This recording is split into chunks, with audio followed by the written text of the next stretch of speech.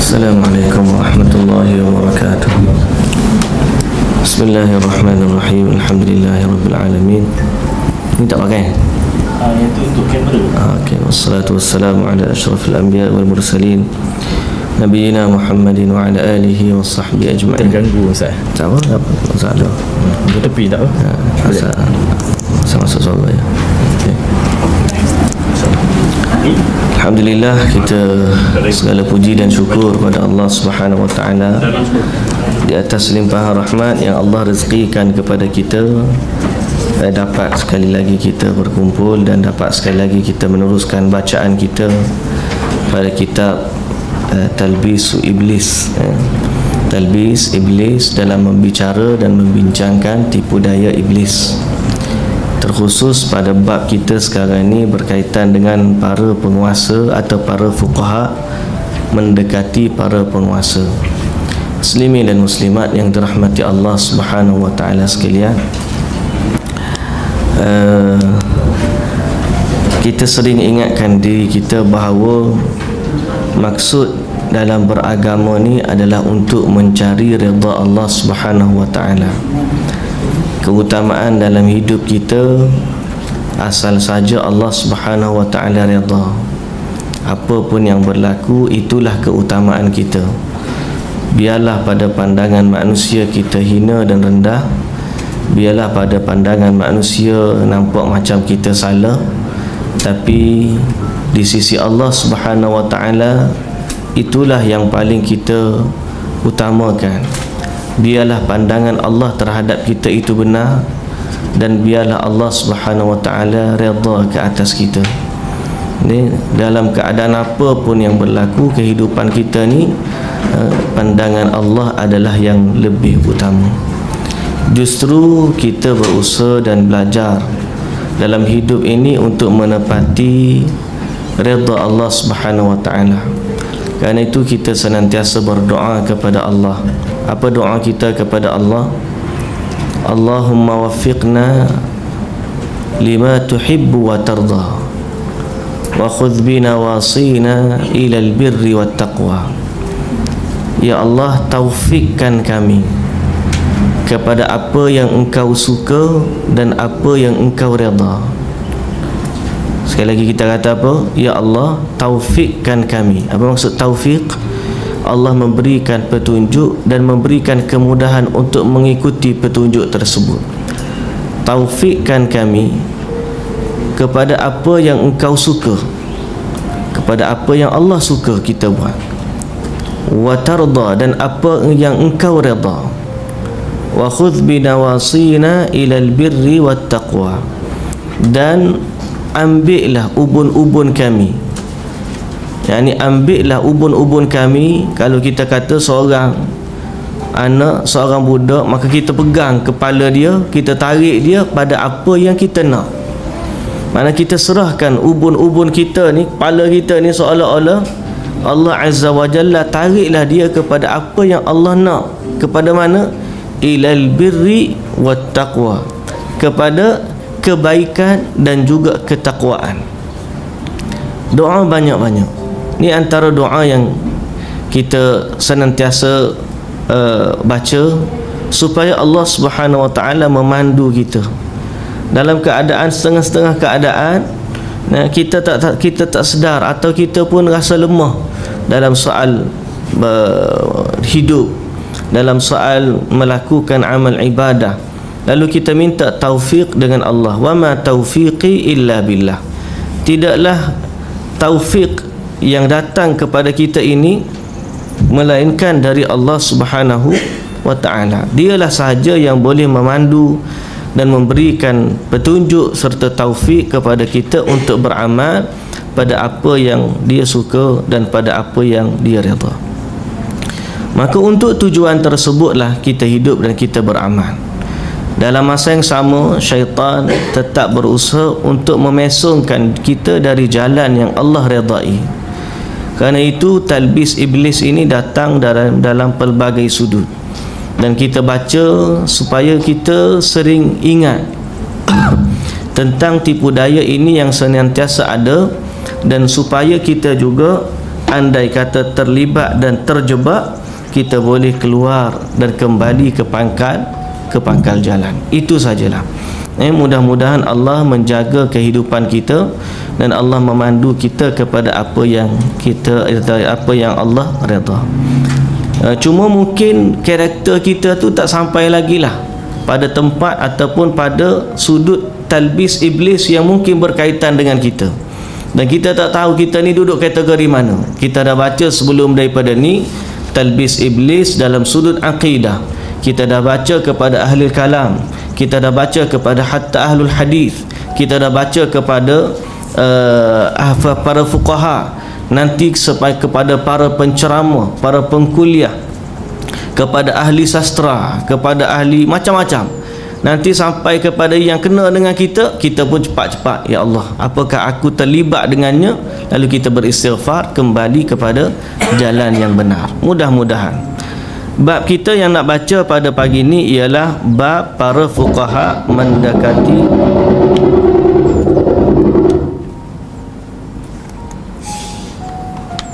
cubaan tes bab yang kita nak baca ialah para fuqaha mendekati para penguasa. Okay, kita baca baca lebih selamat daripada syarah. Itu memang kaedah yang tepat sekali. Baca lebih selamat daripada syarah. Salah satu talbis iblis yang dilancarkan iblis teruntuk para fuqaha adalah dengan cara mendorong mereka mahu bergaul dan bermanis muka di hadapan para penguasa umat Islam. Juga tidak mahu mengingkari kemungkaran yang ada, padahal mereka mampu melakukan. Justru terkadang mereka memberikan keringanan hukum bagi para penguasa itu yang tidak diberikan kepada orang lain. Semua ini mereka lakukan demi mendapat sebahagian harta orang-orang yang menguasai atau mengetuai kaum muslimin itu. Jadi adanya satu kumpulan para fuqaha atau para ilmuwan yang Allah Azza wa Jalla letak mereka dengan para penguasa. Bukanlah sifat dengan para penguasa tu salah, tidak. Malah mereka kadang-kadang perlu untuk adanya alim ulama berada dengan para penguasa. Tapi talbis iblis sampai-sampai bila mereka berada dekat dengan para penguasa, mereka sampai tidak mengingkari kemungkaran dalam keadaan mereka mampu menegurnya. Okey, kenapa mereka tak tegur?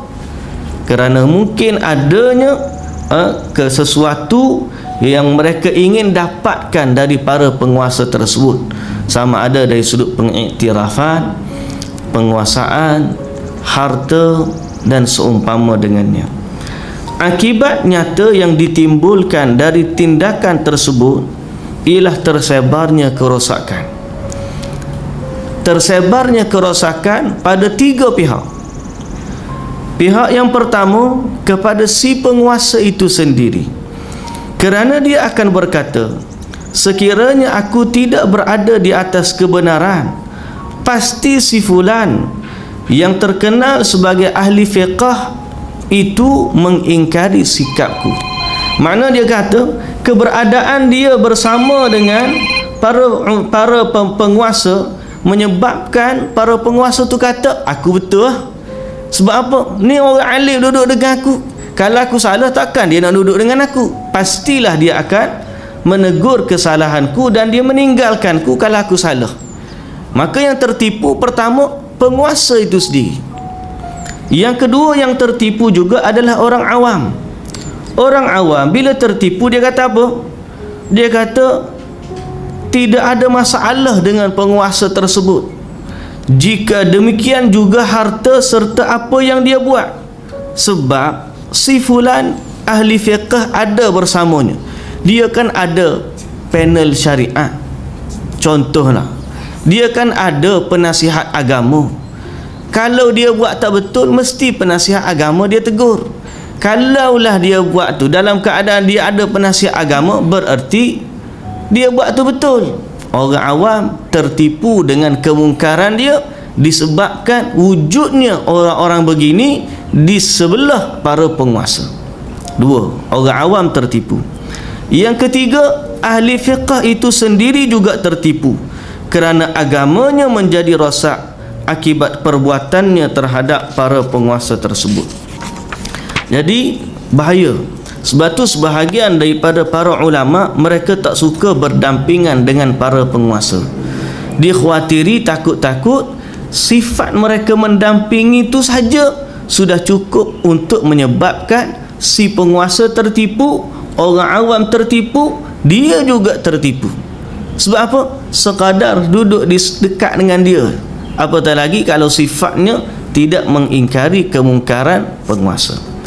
Iblis melancarkan tipu dayanya terhadap para fuqaha dengan mendorong mereka supaya mendekati penguasa. Betul? Sehingga ahli fiqh itu berkata, kami mendekati penguasa hanya untuk membantu seorang muslim. Dia kan muslim, perlu dibantu. Penguasa tu orang Islam juga, maka kita perlu mendekati mereka. Naam, benar. Saya juga tidak menolak kata, bukanlah kata kita tak boleh langsung mendekati para penguasa, tapi adanya alim ulama yang layak untuk berada dengan mereka. Bukanlah para ulama yang tidak mampu untuk, yang tidak arif dari sudut politik. Politik dari sudut apa? Politik mendekati penguasa.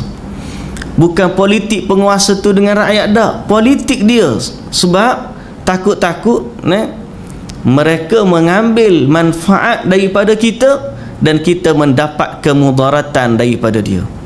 Padahal sebaliknya yang kita nak, kita memberi manfaat kepada mereka dan mereka mengurangkan kemudaratan yang ada pada mereka.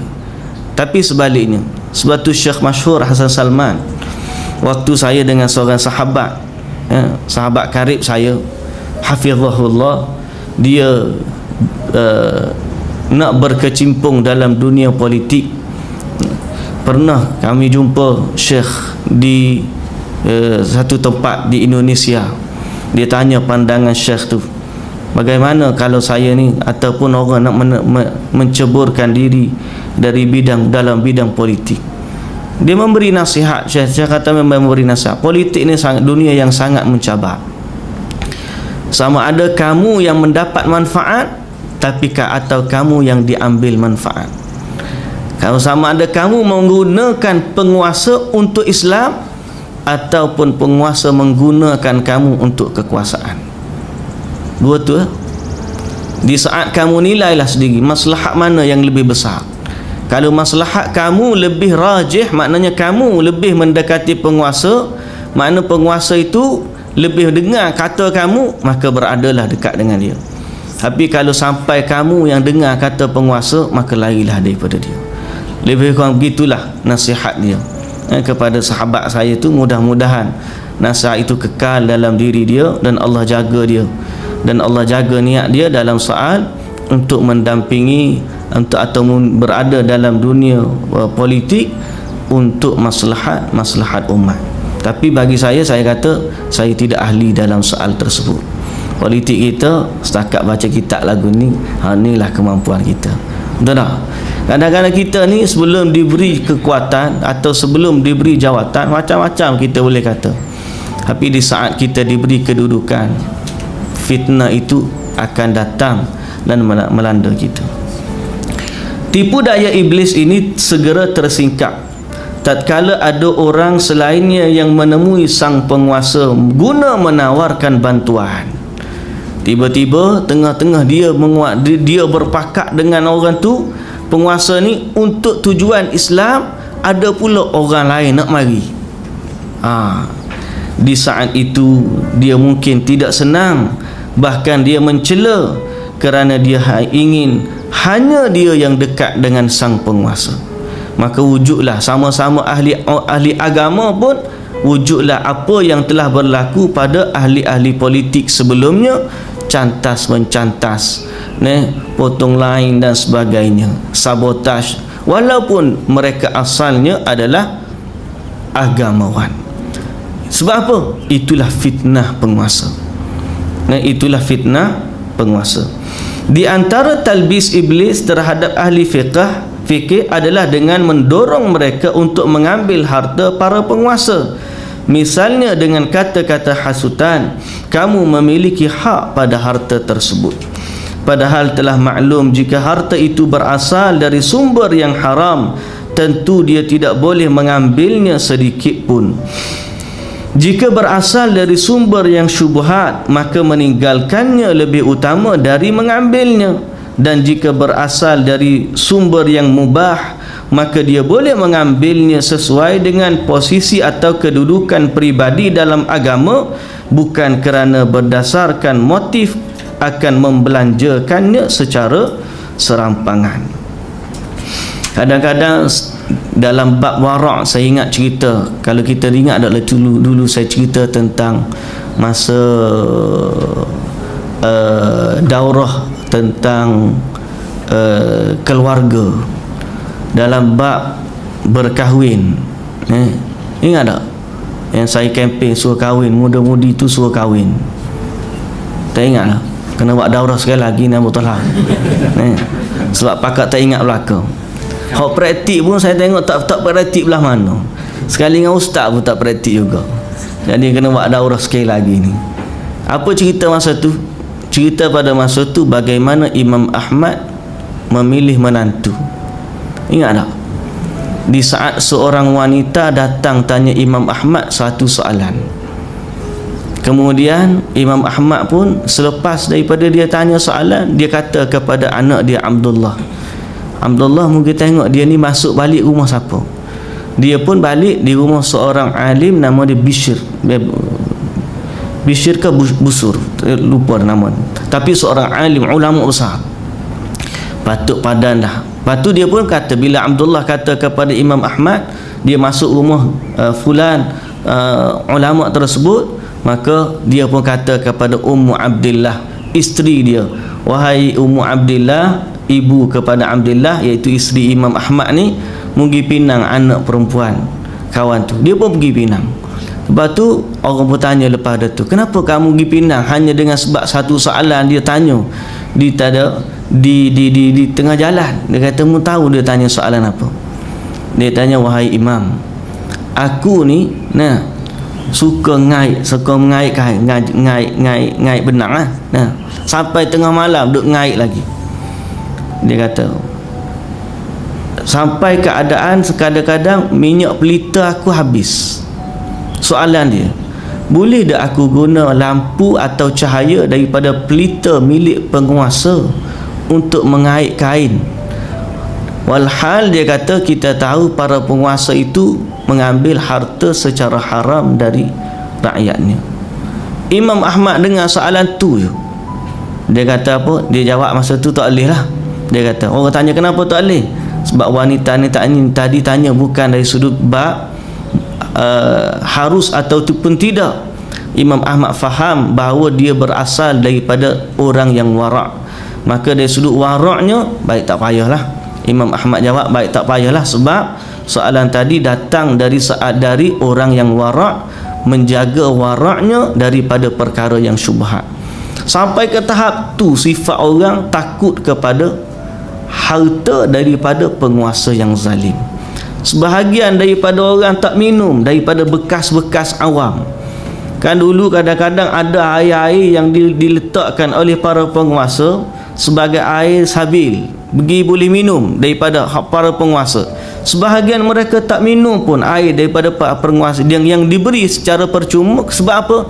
Dibimbangi kecenderungan mereka untuk mengingkari perbuatan mungkar dari pihak penguasa akan kurang, disebabkan mereka rasa lunak dengan para penguasa, hasil daripada kebaikan penguasa terhadap mereka. Sampai begitu tahap sebahagian daripada alim ulama dulu. Jadi ada sudut-sudut yang orang yang jaga begitu. Dalam masa yang sama, kita juga tidak menolak kepentingan orang-orang yang mampu untuk berada bersama dengan para penguasa, menjadi penasihat kepada mereka. Tapi kena hati-hatilah, kena hati-hati.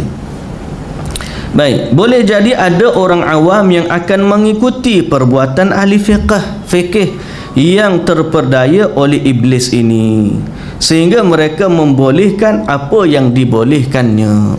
Maka orang lain tengok, dia tu boleh buat, aku pun boleh buat juga. Sebab apa? Tu orang alim duduk tepi dia, takkan dia tak tegur, mesti dia betul, aku pun nak buat juga. Terfitnah. Iblis pun melancarkan tipu dayanya pada ulama fiqh yang menjauhkan diri dari penguasa. Sebaliknya, bagi yang menjauhkan diri daripada penguasa, tak terlepas juga daripada talbis iblis. Nak lari dah ni, nak lari, tapi iblis mari juga. Hak gi kepada penguasa pun kena talbis, hak lari daripada penguasa pun kena talbis. Macam mana talbis dia? Dengan dalih beribadah dan menegakkan agama. Kita jangan caralah kepada bab-bab politik ni. Kita cara beramal ibadat kita, kita cara beragama kita, hak lain serah ke dia. Apa jadi kalau semua alim ulama buat gitu? Siapa yang akan berdampingan dengan para penguasa nanti? Yang menjadi penasihat kepada mereka adalah orang-orang yang tidak takut kepada Allah Azza wa Jalla. Sebaliknya begitu pula. Okey? Iblis menghiaskan mereka kebaikan ghibah terhadap ulama yang mendekati penguasa. Kita pula duk cari tu lah ulama suk tu, sebelum para penguasa duk kata pula macam-macam. Sedangkan mungkin ada kebaikan mereka duduk di sana. Dua-dua tak terlepas daripada talbis iblis. Yang orang baik, orang yang boleh mengawal dirinya. Sama ada dia mendekati penguasa atau tidak mendekati penguasa, dia mengawal dirinya daripada perkara yang dimurkai oleh Allah Subhanahu wa taala. Dengan perbuatan tersebut, iblis membuat mereka jatuh dalam dua petaka. Yang pertama, menghina orang lain, yakni para ulama yang mendekati para penguasa, dan juga menyanjungi diri mereka sendiri. Kesimpulannya, mendekati penguasa termasuk bahaya yang sangat besar. Kerana tatkala seseorang dekat dengan para penguasa, boleh jadi niat awalnya baik, namun niat kemudian berubah kerana kebaikan dan kedermawanan para penguasa, atau kerana adanya sikap tamak dalam hati untuk mendapatkan harta mereka. Akibatnya mereka tidak boleh atau tidak mampu menahan diri dari sikap menjilat kepada mereka. Bahasa dia tu agak keras lah, tapi itulah sifat yang kadang berlaku, dan dia pun tidak mampu mengingkari kesalahan mereka. Sufyan Ats-Tsauri rahimahullah berkata, aku tidak khawatir apabila penguasa menghinakan diriku. Justru yang aku khawatirkan adalah pada waktu mereka memuliakanku sehingga hatiku menjadi lunak terhadap mereka. Dahulu para ulama salaf menjauhkan diri dari para penguasa kerana kezaliman mereka yang nampak jelas. Namun para penguasa tetap meminta bantuan kepada para ulama kerana mereka memerlukan fatwa dan saranannya dalam menjalankan roda pemerintahan. Saya ingat satu tweet yang ditulis oleh Syekh tak usah sebut nama lah, kontroversi pula nanti. Lah ni tak boleh sebut, kadang-kadang kena sebut nama je. Tu masuk geng tu dah, kumpulan ni kita tak sebut nama lah. Dia kata apa? Kadang-kadang seorang alim atau dia kata dia kepada penguasa, dia kata kadang-kadang penguasa ini mengendurkan ikatan mereka dengan agama kerana mengharapkan orang yang kafir mendekati mereka, padahal dia tak tahu agama dan datangnya orang kafir kepada dia adalah dua benda yang berbeza, tidak saling berkaitan antara satu sama lain. Tuan-tuan faham tak ni? Tak faham lagi ni? Kalau kita boleh tukar ayat ni, kadang-kadang para ulama mengendurkan agamanya atau prinsip agamanya, kerana bermaksud untuk menarik para penguasa mendekati mereka. Padahal prinsip agama dan datangnya penguasa kepada mereka adalah dua benda yang berbeza, tidak melazimi satu sama lain. Bererti boleh jadi dengan kita bertegas dengan prinsip yang ni lebih menjadikan para penguasa mendatangi. Sebab di saat dia meletakkan atau berpegang teguh dengan prinsip dia, Allah mengangkat kedudukan mereka pada pandangan para penguasa, sehingga penguasa jadi tunduk kepada dia, tidak mereka tunduk pada penguasa. Boleh nampak? Tak jelas lagi. Kena ulang sekali lagi. Ni lagu mana nak royak ni? Sebab kadang-kadang tak usah penguasa, sebab kita bukanlah alat penguasa, tidak kita. Fuqaha pun tidak kita. Kita lah, contohlah kita. Sekarang ni contoh yang ketiga berkaitan dengan kita. Kita ada member, ada kawan. Kita ada prinsip agama kita. Sebab nak jaga kawan, kita kendurkan prinsip agama kita. Okey? Supaya kita tak hilang kawan. Kita lupa bahawa prinsip agama satu, kawan satu. Yang mendatangkan kawan kepada kita Allah, bukan sebab kita. Boleh jadi dengan sebab kita berpegang dengan prinsip kita, Allah datangkan sahabat yang jauh lebih baik daripada yang kita sayang tadi. Boleh faham? Baru faham. Sebab kita ni bukan penguasa, kita bukan fuqaha. Jadi kena contoh sama dengan kita. Kita mengendurkan kadang-kadang prinsip agama sebab nak suruh orang mari dekat kita, padahal yang mendatangkan dia kepada kita adalah Allah. Belum tentu dengan kita mengendurkan prinsip. Berapa ramai orang yang mengendurkan prinsip dia, akhirnya sahabat pun tak datang, prinsip yang dia ada pun tergadai, dia hilang dua-dua. Agama dia hilang, sahabat yang tadinya dia kendurkan prinsip dia pun hilang. Sebab orang kata, tak guna aku kawan dengan orang tak ada prinsip macam ni. Boleh jadi para ulama di saat dia melakukan begitu pada para penguasa, boleh jadi agama dia hilang, penguasa pun tengok dia dengan pandangan yang rendah. Golongan salafus salih, para ulama, mereka tegas, tapi Allah mengangkat kemuliaan mereka pada pandangan para penguasa, sehingga apa pun yang mereka para penguasa lakukan, dia tetap kembali kepada para alim ulama. Malah para alim ulama ataupun para penguasa datang ke rumah-rumah para ulama. Para penguasa datang ke majlis ilmu para ulama. Sebab apa? Kerana mereka lebih cinta kepada Allah daripada para penguasa. Lalu Allah angkat kedudukan mereka. Mereka, para penguasa ni, tunduk dan datang kepada mereka. Berapa ramai orang yang begitu kita lihat daripada para salafus salih. Mereka lebih mendahulukan prinsip agama mereka daripada mendekati para penguasa. Sebab tu kita katakan, jangan kata prinsip beragama satu, sifat orang nak dekat dengan kita adalah benda yang berbeza. Bukan maksud bila kita kendurkan sini mesti dia datang. Tak, kadang-kadang kita kendur sini, Allah jadikan orang tu hilang, lalu kita hilang dua-dua.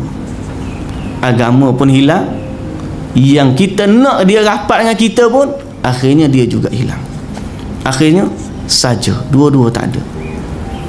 Sebab tu apa? Agama adalah, sebab tu saya kata di mukaddimah kita tadi, dalam kita hidup ni, matlamat kita adalah mencari redha Allah.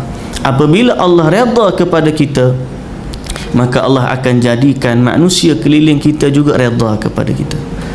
Tapi apabila Allah Azza wa Jalla murka kepada kita, boleh jadi pandangan manusia sebahagiannya suka kepada kita, tapi pasti orang-orang yang mencintai Allah Azza wa Jalla tidak akan mencintai orang yang dimurkai oleh Allah Subhanahu wa ta'ala. Baik. Jadi dahulu para ulama salaf menjauhkan diri dari para penguasa kerana kezaliman mereka yang nampak jelas. Dah jelas-jelas zalim mereka, maka mereka para ulama menjauhkan diri. Tapi kita kena ingat juga, sifat menjauhkan diri mereka tidak menjadikan mereka golongan menentang para penguasa, mengangkat senjata sampai menyebabkan pula huru-hara dalam sebuah negara. Sebab tu fuqaha mesti bersikap dengan faqih, dan dia bukan benda mudah, terutama dalam bab menjaga keamanan sesebuah negara. Contoh Imam Ahmad bin Hanbal, dia sampai di penjara, dia sampai disebak, dia sampai macam-macam. Tapi di saat dia kena ujian mihnah yang begitu besar, tidak ada kalimah pun keluar daripada lidah dia untuk memberontak kepada para penguasa. Duduk tengah-tengah, takut cenderung kepada para penguasa, dalam masa yang sama menjaga keamanan supaya orang tidak memberontak, sabar dalam keadaan mengingkari atau ada stand yang jelas dalam soal agama, sehingga orang tahu stand para ulama. Tapi dalam masa yang sama mereka juga berada bersama mereka dan keamanan masih lagi terjaga. Itu dahsyat. Ulama yang berada dalam sifat begitu adalah ulama rabbani, yang mereka mampu untuk menjaga maslahat semua benda. Dia tak setuju dengan penguasa, tapi dalam masa yang sama dia tahu ada maslahat yang lebih besar. Bukan kerana dia tak setuju, dia nak hasut sampai semua orang benci kepada penguasa, kemudian jadikan dia revolusi atau sebagainya, sehingga akhirnya natijahnya berlaku peperangan, berlaku perang saudara dan sebagainya. Itu semua juga ada kaitan dengan para ulama yang berada sama ada dekat dengan penguasa ataupun yang menjauhi penguasa. Sebab tu fuqaha atau faqihnya ulama, dia menjaga maslahat dia, penguasa dan juga rakyat seluruhnya, orang awam. Nak jaga tiga ni serentak payah tuan-tuan. Nak jaga tiga ni serentak bukan mudah. Kita boleh rakyat apa ustaz ni dia ni jadi penasihat syariat. Waktu kita tak duduk atas, waktu kita duduk belum ada polisi dalam politik, kita boleh kata. Tapi bila kita yang memegang dasar, kita kena jaga maslahat bawah kita ni ada jutaan manusia, tidak semudah yang kita sangka. Tidak semudah yang kita sangka. Sebab tu saya lupa siapa dah ulama, Abdullah bin Mas'ud ke siapa, dia kata, kalau andai kata aku ada satu doa yang mustajab, andai aku miliki satu doa yang mustajab, maka aku akan doakan para pemimpin supaya mereka berada dalam kebaikan. Kerana kalau aku doakan kebaikan untukku, aku seorang saja yang sejahtera. Tapi kalau aku doakan untuk pemimpin, maka yang sejahtera adalah jutaan rakyat yang berada di bawahnya. Tapi doa tu yang paling mahal sekali. Macam mana kita nak maslahat tiga orang ni, tiga pihak ni terjaga dalam satu masa yang sama. Maslahat kita, maslahat penguasa, maslahat semua rakyat yang ada dalam soal berkaitan dengan agama.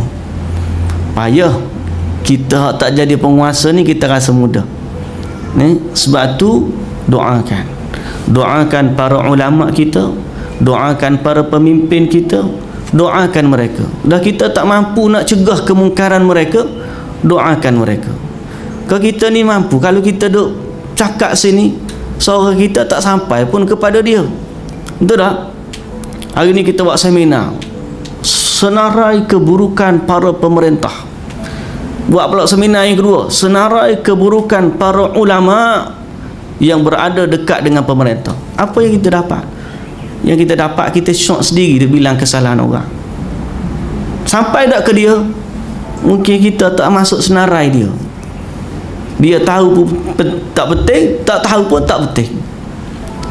Tapi di saat kita nak berbicara, berbicaralah dengan satu pihak yang ada kekuasaan.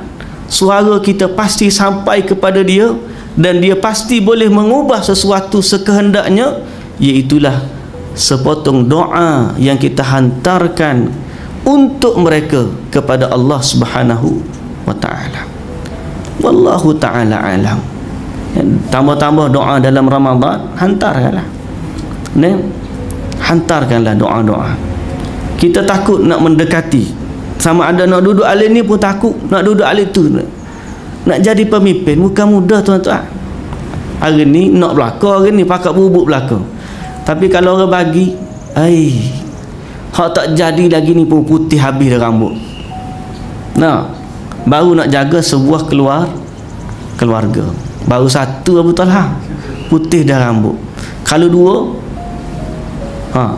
jadi belan tu. Gugur. Nah, rambut perang. Nah, kalau tiga, botak Abu Talha kata. Kena tahnik balik. Tu baru jaga sebuah keluarga yang kecil. Nak jaga sebuah negara. Sebab tu doakanlah. Sama juga kes kita lagi. Sekarang ni kan cerita lah ni macam-macam. Cerita sehari dua ni isu politik semua nak komen belakang. Termasuklah politik Timur Tengah, Saudi, Qatar dan sebagainya. Bagi saya dalam bab ni, doalah yang terbaik.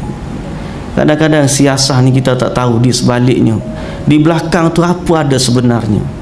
Kisah tak begitu mudah nak buat satu keputusan bagi pihak satu negara, sebab dia kena fikir untuk jutaan rakyat dia. Tapi dalam masa yang sama kita juga tak sanggup untuk melihat saudara-saudara kita yang sama-sama kita cintai dan kasihi. Di sebelah sini saudara kita, di sebelah sana saudara kita. Yang kita nak ialah semoga Allah Azza wa Jalla mendamaikan antara dua. Innamal mu'minuna ikhwah fa aslihu baina akhawaikum. Yang kita mampu, yang kita confirm mampu, ialah tanda tangan doakan kepada Allah, ya Allah, perelokkanlah antara dua saudaraku, dua negara yang menjadi bantuan atau tulang belakang kepada gerakan-gerakan Islam di seluruh dunia, sama ada yang nyata atau yang tidak nyata, sama ada dari sudut kemanusiaan ataupun pendidikan, ilmu dan sebagainya. Jauhkanlah mereka daripada penasihat-penasihat yang memudaratkan mereka. Berikanlah kepada mereka penasihat-penasihat yang baik. Jauhkanlah mereka dari tipu daya musuh. Doakan mereka, sebab semua mereka adalah saudara kita. Stand kita bukanlah penghukum. Stand kita adalah orang yang bercita-cita supaya semua daripada kita ni masuk syurga Allah Azza wa Jalla. Sama juga kita dengan penguasa kita sendiri pun. Kita bercita-cita supaya bukan dia jatuh, bukan dia tukar, bukan dia. Kita bercita-cita semua orang ni masuk syurga. Sebab syurga ni kalau penuh pun tak hilang bahagian kita. Bukanlah kata kalau semua manusia masuk syurga, syurga kita jadi sempit, kecil, kena kongsi. Tanah 2 ekar, kalau kongsi 3-4 orang, kena setengah ekar seorang. Kalau kongsi 8 orang, kena suku ekar seorang. Dah, tanah syurga bukan sifat begitu. Kalau masuk semua manusia dalam syurga, tak akan kurang nilaian syurga kita. Lalu kita bercita-cita supaya semua orang dapat masuk syurga Allah Azza wa Jalla, siapa pun dia. Semoga Allah Azza wa Jalla memberi hidayah kepada orang yang belum lagi mendapat hidayah. Allah memberi petunjuk kepada orang yang menyimpang dari jalan kebenaran. Semoga Allah memandu orang-orang yang terpesong dari jalan yang benar. Semoga Allah juga menjaga kita dan juga saudara-saudara kita, termasuk para penguasa kita, dari fitnah-fitnah berkaitan dengan agama. Doakan mereka. Mereka juga berhak untuk doa, untuk mendapatkan doa. Dan dia telah diberi tanggungjawab untuk menjaga kita, lalu kita doakan. Sebab tu dalam doa fiqh, semalam saya khutbah di kedutaan Arab. Tu pun ambil khutbah orang juga, cuma kita baca je lah. Khutbah dalam bahasa Arab, cerita tentang doa dalam Ramadan. doa dalam Ramadan yang asalnya ditulis oleh Syekh Abdul Razak bin Abdul Muhsin Al-Abbad. Cerita dia apa? Kepentingan doa. Doa ni satu ibadah yang istimewa, satu ibadah yang sangat mulia.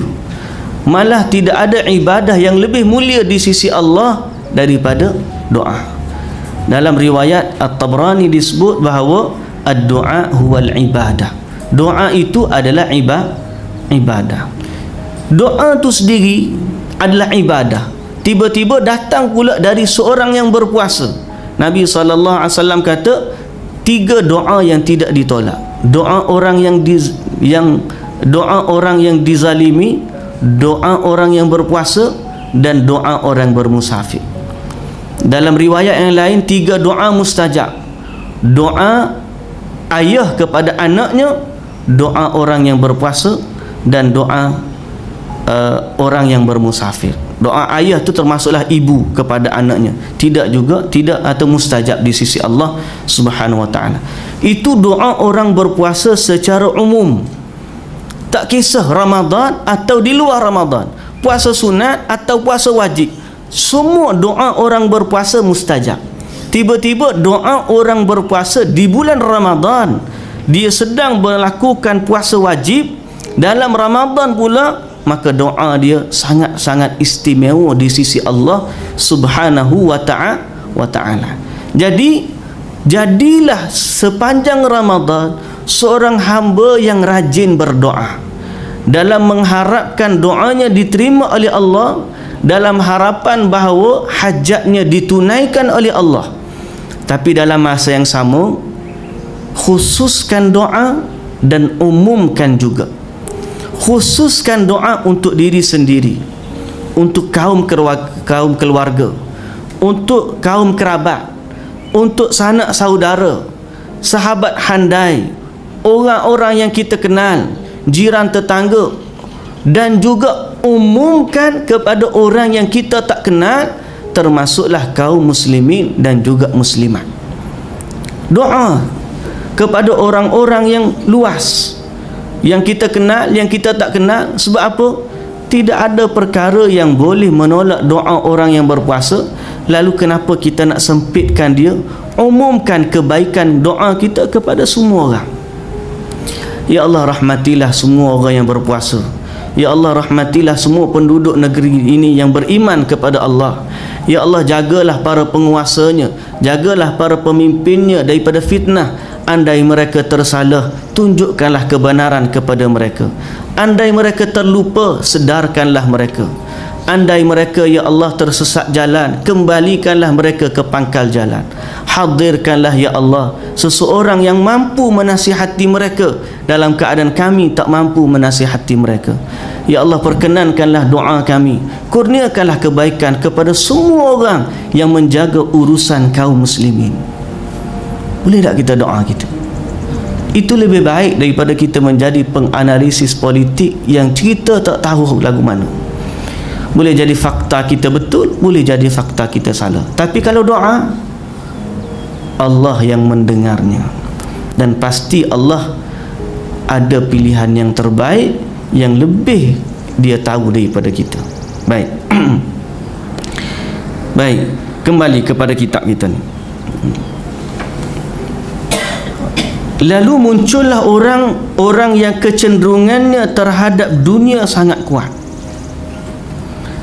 Mereka pun mempelajari ilmu-ilmu yang menjadi kecenderungan para penguasa itu, kemudian membawakan ilmu-ilmu ini kepada mereka agar mendapatkan harta duniawi. Bukti kuat menunjukkan bahawa tujuan orang-orang tadi dalam mencari ilmu adalah memenuhi permintaan sang penguasa, iaitu para penguasa dulu suka mendengarkan dalil-dalil dalam hal usul. Maka muncullah sekelompok manusia yang berani mengangkat ilmu kalam, yakni mempelajarinya kemudian mengusungnya ke tengah masyarakat. tidak lama berselang para penguasa suka berdiskusi masalah fiqh, maka semua orang tadi pun suka berdebat terkait dengannya. Dia jadi suka akan bincang topik yang penguasa suka. Yang penguasa suka dia bincang. Bila penguasa beralihara gini tema, ataupun tak kerana penguasa lah, mungkin jadi masyarakat, tapi fokus kita dalam bab ni tentang penguasa.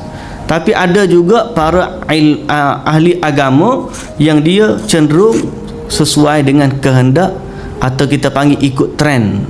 Trend penguasa musim ni, trend dia bab-bab ni, dia pun pergi bab-bab ni. Datang trend lain, sebab trend memang begitu semua ni. Kadang-kadang dia ikut trend. Zaman tarekat ni dia jadi tarekat ni, kemudian tarekat tu pula muncul, dia pun jadi tarekat tu pula, kemudian tarekat tu keluar pula. Musim yang Hanana dia pun jadi Hanana. Lah ni musim Hanana kurang, lah ni jadi trend apa pula lah ni. Lah ni kurang ada sikit, macam kurang ada sikit trend. Dia agama ni pun ada trend. Dulu musim-musim Hanana berselawat asyik, Putrajaya, Selangor, Kotu, semua berselawat belaka. Tapi lah ni kurang. Kita pun tak tahu nak mari trend mana pula ni. Jadi sifat-sifat begitulah yang menyebabkan dia tidak ada stand yang jelas dalam soal agama. Para ulama sifat dia tidak begitu.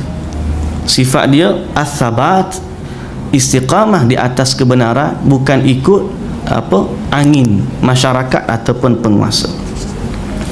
Baik. Pukul 12. Sejam lagi. Baru tengok jam ni nak berhenti ni. Abu Talha kata ada sejam lagi. Air dah air. Baik. Lalu beberapa penguasa mula suka dengan nasihat, sehingga banyak di antara orang yang baru belajar ilmu tadi suka terhadap nasihat. Tatkala majoriti orang awam suka kepada cerita, maka semakin banyak tukang cerita dan semakin sedikit ahli fiqh. Di saat orang awam suka dengan celoteh, kita pun ubah style ngajar kita dulu serius.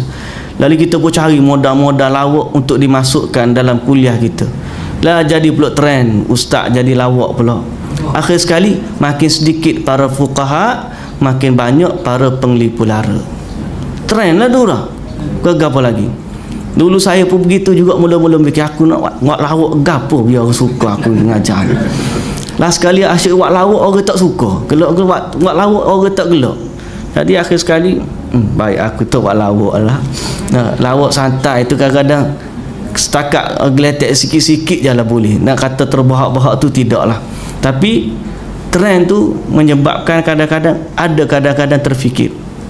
Semoga Allah Azza wa Jalla menjaga kita dan mengembalikan kita kepada jalan yang benar. Di antara talbis iblis terhadap para fuqaha, bahawa ada di antara mereka yang makan harta wakaf dari madrasah yang dibangun untuk para penuntut ilmu. Bertahun-tahun dia tinggal dan makan dari harta haram tersebut tanpa mahu menyibukkan diri dengan ilmu. Dia berasa puas dengan ilmu yang sudah dia dapatkan. Sejatinya dia tidak berhak mendapat bahagian dari harta wakaf itu. Pasalnya harta wakaf itu dikhususkan bagi orang yang menuntut ilmu, kecuali jika dia memang sebagai pengajar. Sebab kesibukan belajar dan mengajar terus berlangsung, tidak pernah putus. Yang ni kadang-kadang terkhusus kepada orang yang ditaja. Saya belajar dulu senantiasa para senior nasihatkan lah. Sebab saya dulu belajar di Madinah. Belajar Madinah ni semua sponsor. Duit poket dia bagi tiap-tiap bulan. Kemudian tiket kapal terbang bagi tiap-tiap tahun. Tiap-tiap tahun boleh balik sekali. Sekali setahun tiket free dia bagi. Kalau dia bagi tiap-tiap bulan, nanyalah. Dia bagi setahun sekali tu okey lah. Jadi ada setengah-setengah daripada pelajar ni, dia sengaja untuk free kan. Dia belajar tak belajar, sengaja gagalkan, supaya boleh duduk lama, kemudian duit pula dapat. Nah, padahal duit tu sebenarnya bukan mari daripada turun daripada langit dah. Dia adalah harta wakaf yang orang wakafkan untuk para penuntut agama. Maka selama dia ambil, ada orang yang terhalang. Mungkin kerana tu bajet tak cukup, dia tak boleh ambil pengambilan pelajar baru. Padahal dia ni sepatutnya habis dah, tapi dia sengaja main-main sehingga akhirnya dia boleh duduk lama dan dia boleh dapat mukafaah lagi, dipanggil duit poket, akhirnya natijahnya tak belajar. Sampai ada akhir sekali kena buang gitu je sebab duk main banyak, tidak belajar. Yang ni musibah. Itu juga fitnah kepada para orang-orang yang belajar ilmu agama. Okey? Setengah-setengah dulu bukan harta wakaf, harta infak.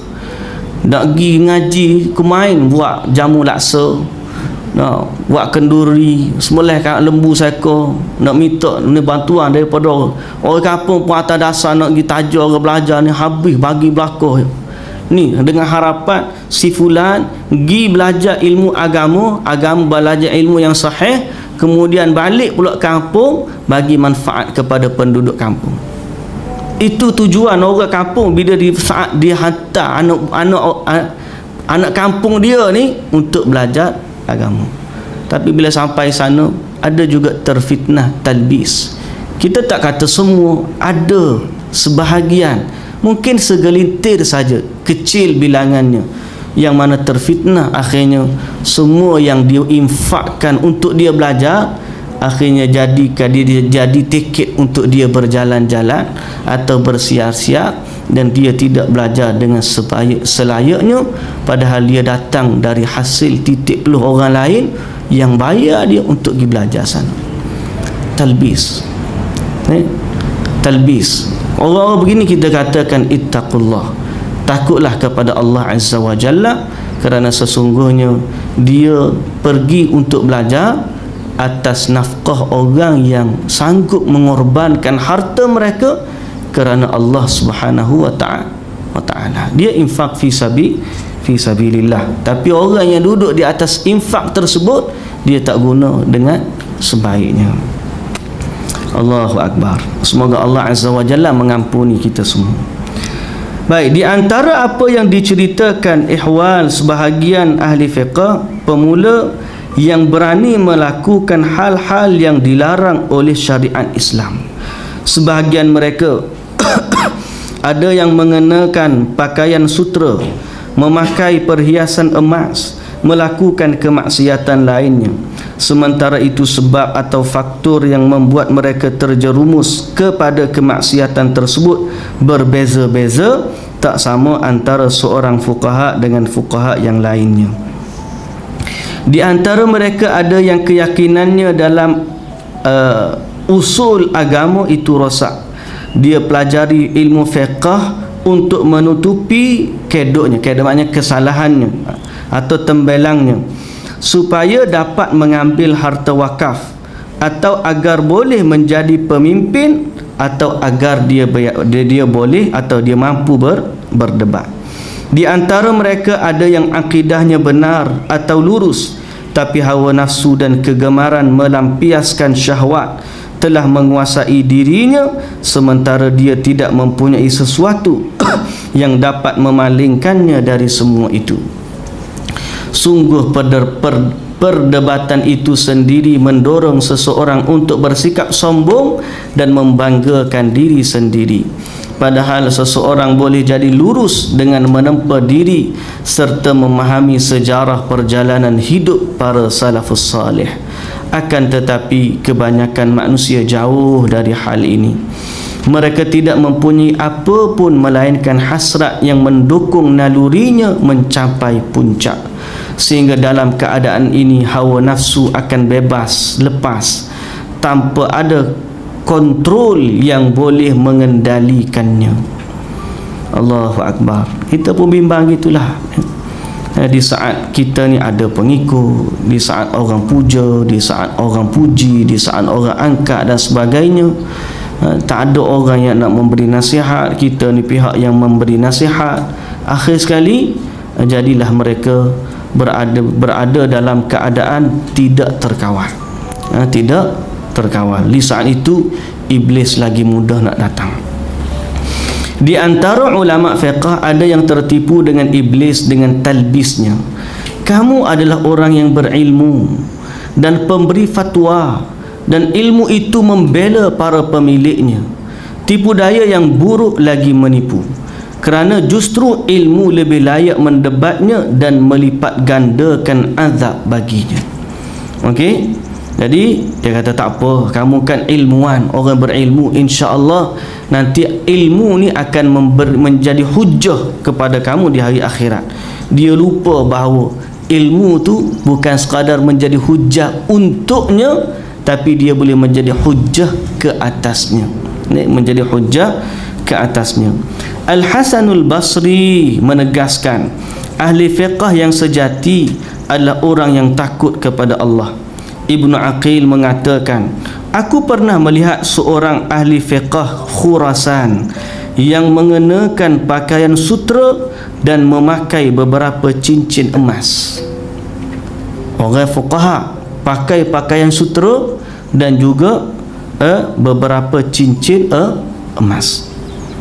Aku bertanya kepadanya, apa ini? Dia menjawab, perhiasan penguasa dan kepedihan bagi musuh. Maka aku menyatakan kepadanya, justru sebaliknya, perbuatanmu itu membuat musuh senang apabila kamu seorang muslim sejati yang mengerti dan menyadari bahawa hal ini terlarang, sebab iblis adalah musuhmu. Jika kamu sudah sampai begini, pasti dia akan memberimu pakaian yang tidak sesuai syariat. Kamu sudah membuat musuh senang dengan tindakanmu. Musuh tak tengok kamu dengan pandangan mulia dengan sebab kamu berpakaian begitu. Sebab apa? Sebab kamu telah memakai pakaian yang dilarang dalam agama. Ada orang berbangga-bangga dengan kemewahan dia. Dia para ulama, tapi dia kata siapa ulama yang lebih hebat daripada dia? Kereta dia yang paling besar, rumah dia yang paling hebat, gaji dia, pangkat dia yang paling tinggi. Padahal keilmuan bandingannya bukan begitu. Ilmuwan sama ilmuwan bandingannya bukan pada kereta, bukan pada pangkat, bukan pada rumah. Ilmuwan sama dia dibandingkan dari sudut ilmunya, hujahnya, sandarannya, itu nilai mereka. Tapi ada yang tertipu, dia banding dari sudut pangkatnya, padahal ilmu ni tidak mengenal pangkat. Ada orang tak ada pangkat tapi ilmu dia Masya Allah. Ada orang mungkin dia bukan siapa-siapa pun, mungkin dia tidak memiliki ijazah sarjana pun, ataupun dia tidak memiliki sandaran ataupun kelayakan dari sudut institusi, tapi dia melazimi masyayikh, Masya Allah. Ada juga orang-orang begitu. Tapi janganlah pula jadi hujah pula kata, kalau begitu bila tentulah orang ada CJ itu ada ilmu. Tak juga, kita tak kata begitu. Janganlah pula dia tu CJ je ada ilmu tak berapa mana. Tak, kita tak kata begitu. Cuma kita katakan sebahagian ada orang yang mana tidak memiliki sijil tapi ilmunya tinggi. Sebab tu kita kata sandaran para ilmuwan adalah pada ilmunya, bukan pada pangkat, harta dan kedudukannya. Baik, kamu sudah membuat dia senang dengan tindakanmu. Renungkanlah olehmu, apakah harta sang penguasa tersebut hukumnya menjadi boleh setelah sebelumnya termasuk dalam larangan Allah, Tuhan yang Maha Penyayang. Apakah kerana harta penguasa, bila penguasa bagi jadi boleh pakai? Sang faqih tadi dia pakai pakaian emas sebab apa? Hak ni penguasa bagi. Apakah kerana penguasa bagi kamu akan jadi halal apa yang kamu pakai? Boleh jadi bukan cincin emas dari sudut zahirnya emas lah.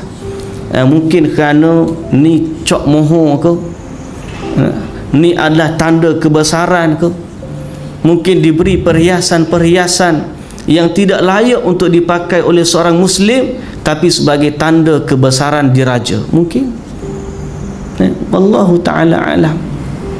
Diberi sifat-sifat menunjukkan bahawa dia adalah orang yang dekat dengan penguasa.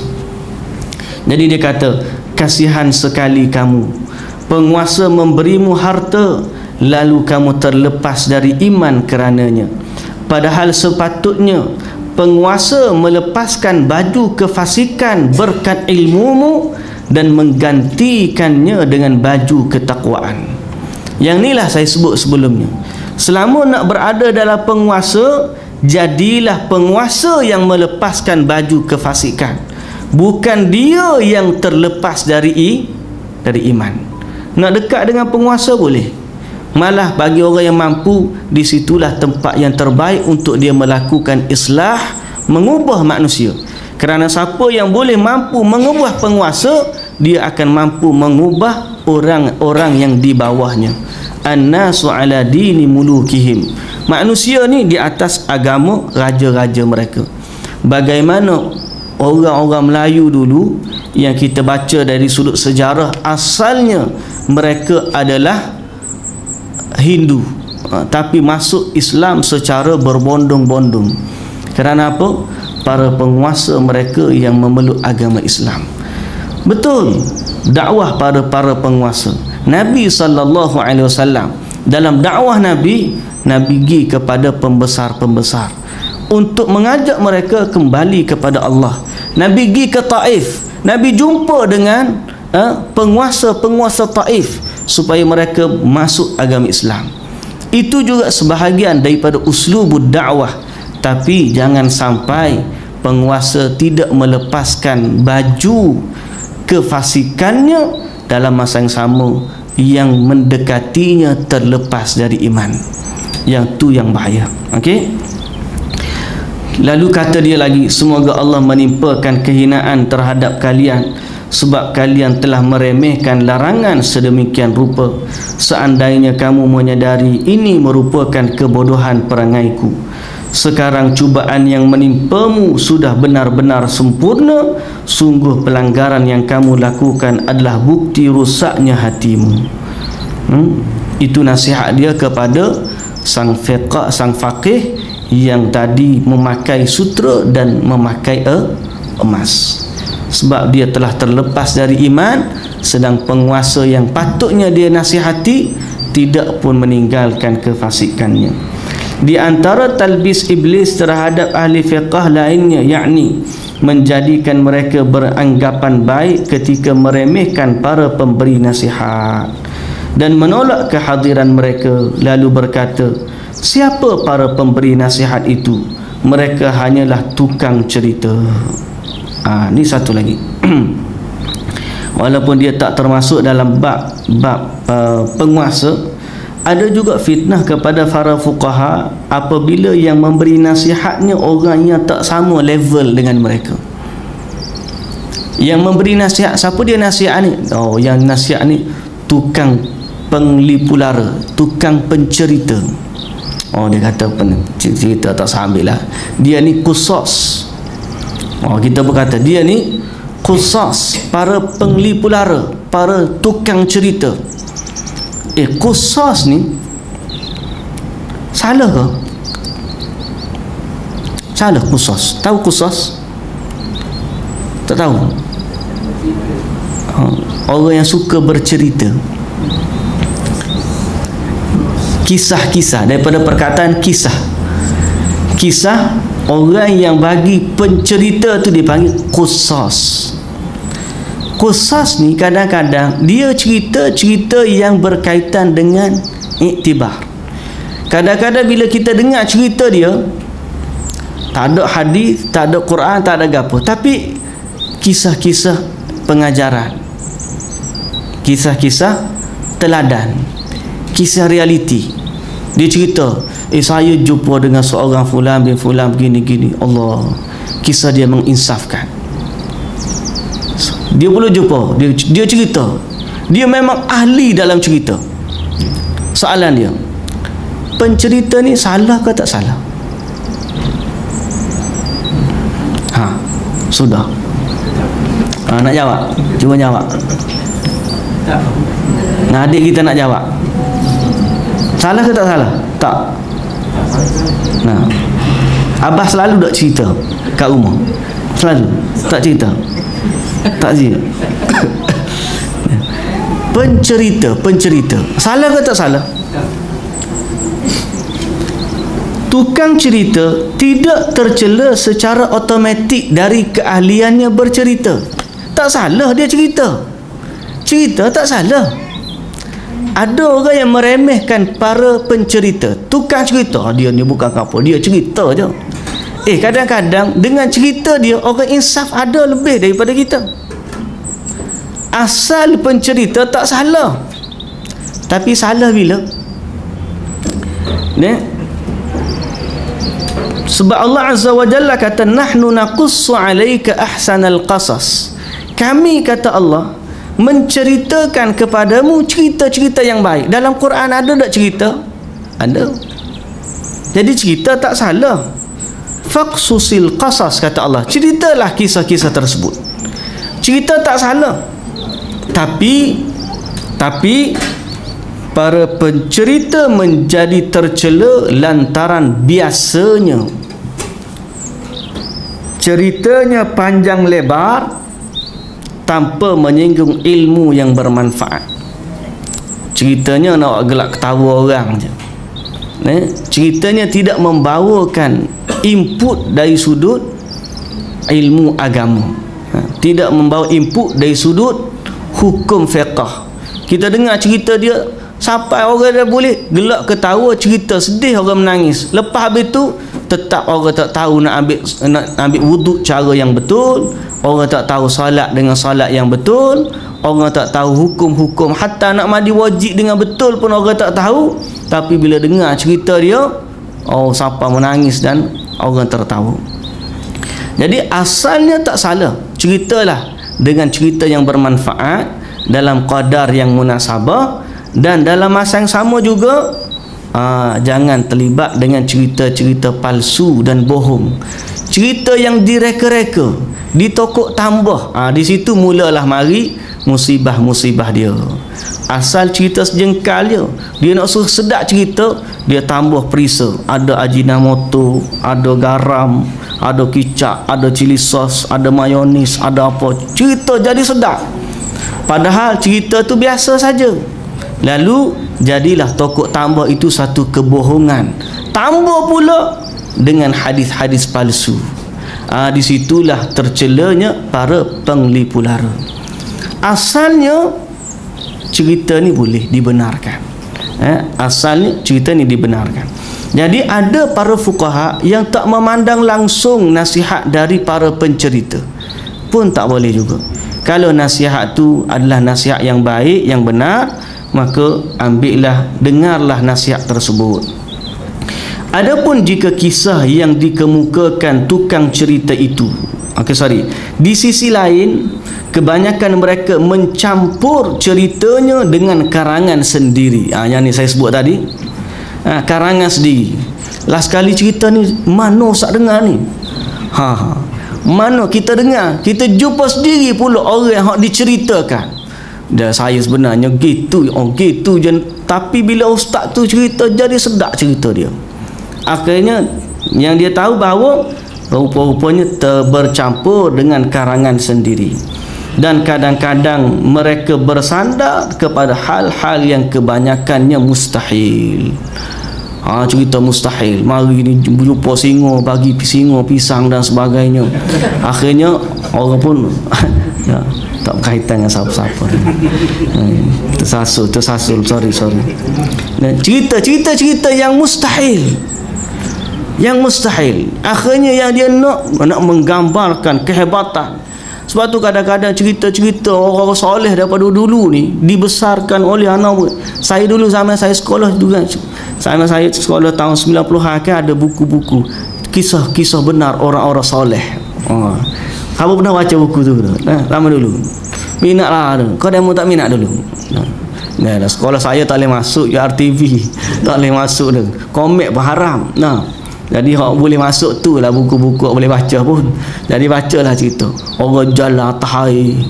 No, orang terbang atas udara. Kita dengar cerita-cerita orang soleh ni, masya-Allah.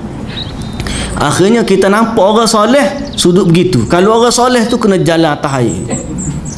Kalau dengar orang wali tu kalau isi minyak motor pakai air dari sawah je, mati motor, berhenti jumpa orang soleh. Apa ni? Minyak motor aku habis. Dia pun tak apa. Dengar sini. Dia pun ambil air daripada sawah tu, buka taki minyak motor, letak air dalam tu. Lepas tu start hidup. Dahsyat. Dia berkata jangan buka selama mu hidup, selama jangan buka selama-lamanya tangki motor ni. Maka tuan tu pun naik motor dia, naik motor dia. Siapa lama lah kalau minyak ni baik lama dah habis. Ni air tak habis-habis. Dia kata apa motor aku ni tak mati-mati lagi. Dia pun dah datanglah rasa ingin tahu dia. Maka dia pun satu hari dia buka taki motor dia, tengok kering garing dah. Akhir sekali nak start pun tak boleh dah motor dia tu. Rosak terus motor dia sebab minyak dia campur dengan air. Macam-macam. Kita berdengar, hebatnya ulama tersebut. Cerita-cerita begitu kadang-kadang disandarkan kepada yang mustahil.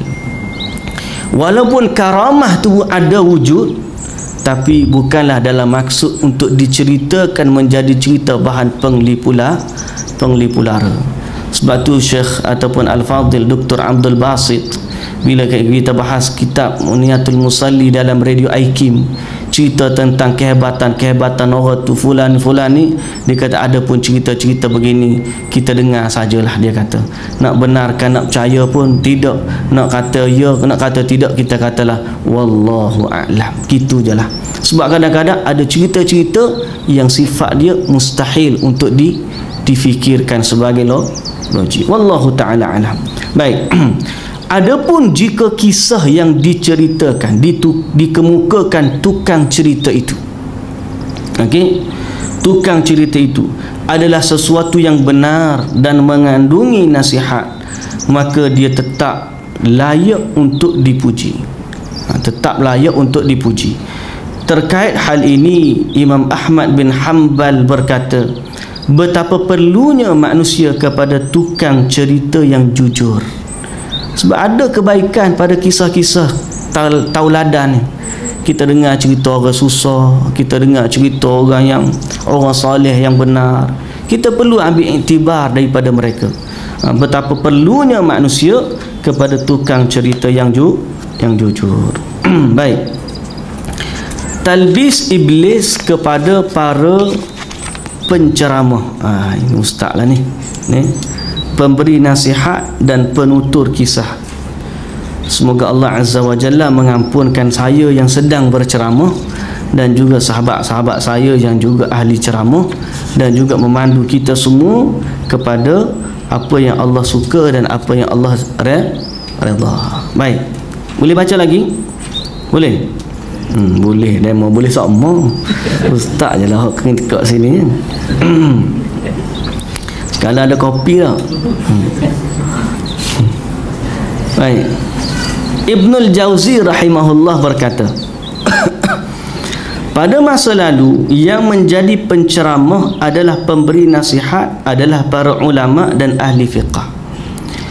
Maka itu Abdullah bin Umar pernah hadir di majlis Ubaid bin Umair. Lantas Umar bin Abdul Aziz pun pernah hadir di majlis sang pemberi nasihat. Namun kemudian peranan mulia ini menjadi hina ketika orang-orang jahil berani mengambil alih. Orang-orang jahil berani mengambil alih, sehingga mereka yang memiliki kedudukan tidak lagi mau hadir di majlis mereka. Justru orang awam dan para wanita lah yang menyukai majlis seperti itu. Orang-orang cerdik pandai, para penguasa tak suka dah duduk dalam majlis ilmu. Sebab apa? Akhirnya majlis ilmu ni hilang kualiti. Majlis ilmu hilang kualiti. Sebab apa? Dulu yang bercerita, yang berkuliah ni para ulama. Lah ni Oleh kerana meja kuliah ni dah banyak, ulama ada sikit, maka tangkap muat saja. Mana orang boleh belaka, termasuklah saya, hak tak berapa pandai ni pun kena tangkap juga, bagi terpaksa bagi kuliah dekat sini. Kalau kira orang lain patut lagi. Nah, tapi nak ayatnya begitulah. Orang-orang yang tak ada ilmu diangkat. Dan yang kita bimbang, orang-orang yang masih lagi tak tahu apa pun. Mungkin dari sudut tu, sekarang ni kita cerita pula timbul apa? Isu tauliah. Kadang-kadang orang yang berilmu ada doktor, PhD, orang yang sandarannya dia ingat, dia hafal Quran, mungkin dia hafal hadis, tapi orang ni tidak diberi peluang untuk mengajar. Sebaliknya, orang yang tak tahu, Qurannya tak hafal, baca Quran pun mungkin salah, hadisnya tak tahu, bahasa Arabnya sangat lemah, tapi dia disukai oleh para penguasa, dan mereka pun cenderung kepada apa yang kita dah sebut sebelumnya, berbicara dengan apa yang diminati oleh para penguasa, orang yang memiliki kekuasaan. Oh, dia kata tak boleh, penguasa kita lah ni kalau nak dapat tauliah kena jadi gini, dia pun jadi gini. Akhir sekali mereka diberi tauliah. Yang berilmu tidak dibenarkan mengajar, yang tak ada ilmu diberi kedudukan dan tempat. Akhirnya apa jadi? Majlis ilmu ditinggalkan. Orang tak suka berada dalam majlis ilmu. Sampai kadang-kadang ada orang marah pula, apa dia orang ni, majlis ilmu tak suka duduk. Bukan masalah tak suka duduk, kita tak boleh duduk dalam majlis ilmu yang mana tidak ada sandaran ilmu. Baca kitab 2 baris, lepas tu cerita sampai habis. Kita duduk sini, daripada aku duduk sini baik aku ngaji Quran, manfaat lagi besar daripada duduk dalam majlis begitu. Daripada aku duduk gini, baik kita dengan live streaming, contoh kita kata. Ada lagi ustaz-ustaz yang lebih baik, yang ilmu dia kita boleh ambil faedah, istifadah daripadanya. Tapi akhirnya majlis-majlis ilmu yang ada tidak berkualiti. Yang tinggal orang-orang awam, orang tua pencing, dia tahu agak apa dah. Duduk, bapa duduk ni pakcik saja tunggu isyak. Pakcik faham dah dengar ajar. Tahu tak faham tak apalah. Cerita lagu tu tinggal ayo. Akhir sekali apa faedah orang duduk? Tak ada. Dan orang tak minat belajar agama. Orang tak minat. Satu tahap, satu masa kita tengok orang cerdik pandai suka duduk dalam majlis ilmu. Tapi kalau beginilah situasinya, orang akan menilai gini je majlis ilmu, tak payah dengar. Satu ketika dulu, golongan-golongan profesional ni, orang-orang engineer, apa semua kan dia suka mari mula belajar majlis ilmu, ada nilai yang tinggi. Sebab orang yang biasa berbicara dengan daya fikir yang tinggi, dia tahu tahap fikir manusia lagu mana. Kalau baca 2 baris kemudian cerita tak tahu hari mana, akhir sekali dia kata tak guna aku duduk dalam majlis begini. Sebab tu kita bimbang. Baik, bila kita bimbang, bila orang jahil mengambil alih majlis ilmu. Yang tinggal adalah orang-orang awam dan para wanita. Para wanita ni dia tengok sudut lain pula. Kalau ustaz-ustaz mari tu, Allah, macam Ustaz Mustafa handsome gitu dah. Mari tengok. Kalau Ustaz Hashimi ni tak berapa mana minat dah. Kalau mari hak putih-putih gitu smart sikit, dia kata ramah sikit duduk. Contoh. Jadi kadang-kadang dia ada, kalau kena hidung macung sikit, kalau hidung kemek macam dia tak berapa baru orang tengok tak berapa semak mana tu. Tapi kalau hidung macung, dia pun tengok telopor, mulut teranggung, faham ke tak? Tak tahu apa tapi semak. Kalau kena lagu tu dia tak kira. Penting pakaian mesti tip top, pakai mesti semak apa semua sekali. Para penceramah, pemberi nasihat dan penutur kisah tidak membekali diri dengan ilmu syar'i. Mereka juga lebih memilih cerita-cerita atau kisah-kisah yang membuat orang jahil dan awam kagum. Akibatnya muncullah berbagai macam bid'ah. Kita telah menyebutkan kerosakan mereka dalam kitab Al-Qussas wal Mudzakirin. Di sini kami hanya menyebutkan sebahagiannya. Mereka memalsukan hadis-hadis targhib wa tarhib iblis membuat talbis atas mereka sehingga mereka menyatakan, kami bermaksud memberi anjuran kepada manusia untuk melakukan kebaikan dan mencegah mereka dari keburukan. Sampai reka hadis palsu. Sebab apa? Menambah cerita nak suruh sedap, dan maksud dia daripada semua ini adalah untuk mengajak manusia kepada kebaikan. Ini masalah. Kita ni sebenarnya yang paling, saya pun tak kata semua orang bukan semesti jadi para ulama tinggi baru boleh kita jadi para pengkuliah. Tidak. Tuan-tuan tahu apa yang penting dari atas meja kuliah? Ilmu tu bolehlah, kita tak boleh nak tinggal orang mesti jadi tahap semua para, dia mesti level dia al-hafiz, hafal 100,000 hadis, mesti dia ada PhD mungkin tak. Sedangkan Nabi SAW kata, balighu anni walau ayat, satu ayat pun dah tahu boleh dah. Boleh dah. Di atas meja penceramah ni paling penting apa dia? Amanah ilmu dan juga sifat takut kepada Allah Azza wa Jalla, taqwa. Sehingga kalau kita tak tahu, kita kata tak kita tahu je. Jarang kita dengar orang kata wallahu a'lam. Jarang kita dengar wallahu a'lam. Ataupun paling kita kata, paling penting di atas meja kuliah ni apa dia? Amanah dan taqwa. Dia kata apa yang dia tahu, dia tak kata apa yang dia tak tahu. Sebab tu saya kata yang paling selamat baca kitab. Baca je lah, syarah tak payah. Kalau syarah banyak susah. Melainkan kita syarah yang nak suruh menjelaskan ibarat yang ada dalam kitab. Kita bawa mari daripada luar apa. Orang yang ada ahli, na'am, alhamdulillah. Yang tak ada keahlian, berpada dengan apa yang dia tahu. Sebab tu kita kata yang paling penting di atas ni ialah sifat amanah dan taqwa. Berkata pada apa yang dalam bidang yang dia tahu saja. Yang dia tak tahu dia kata wallahu a'lam. Hatta kalaupun dia pencerita, qusas, kan kita kata tadi para qusas tak salah. Yang salah bila dia mereka cerita, menambahkan cerita sampai dari karangan dia sendiri, malah ada yang datang dengan hadis-hadis palsu. Yang ni salah. Ini merupakan pelanggaran terhadap syariat. Pasalnya dengan perbuatan demikian mereka menganggap syariat Islam itu masih kurang dan perlu disempurnakan. Mereka lupa sabda Rasulullah sallallahu alaihi wasallam, man kadzaba alayya muta'ammidan falyatabawwa maq'adahu minan nar. Siapa yang berdusta ke atasku secara sengaja, maka disediakan atau silakan mengambil tempat duduknya di dalam neraka. Di antara talbis iblis lainnya adalah mereka sengaja mencari kalimah yang boleh memotivasi jiwa dan boleh menggairahkan hati. Mereka berbuat berbagai-bagai seni berbicara.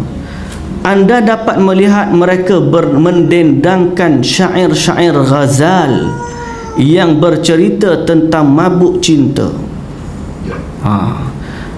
Iblis memperdaya mereka sehingga mereka berkata, maksud kami tidak lain ingin menasihati mereka agar cinta kepada Allah Azza wa Jalla. Padahal kebanyakan orang yang datang ke majlis mereka adalah orang awam yang hati mereka sarak dengan hawa nafsu. Kerananya, kerana ceramah itu tersesat dan menyesatkanlah para penceramah, pemberi nasihat dan penutur kisah itu.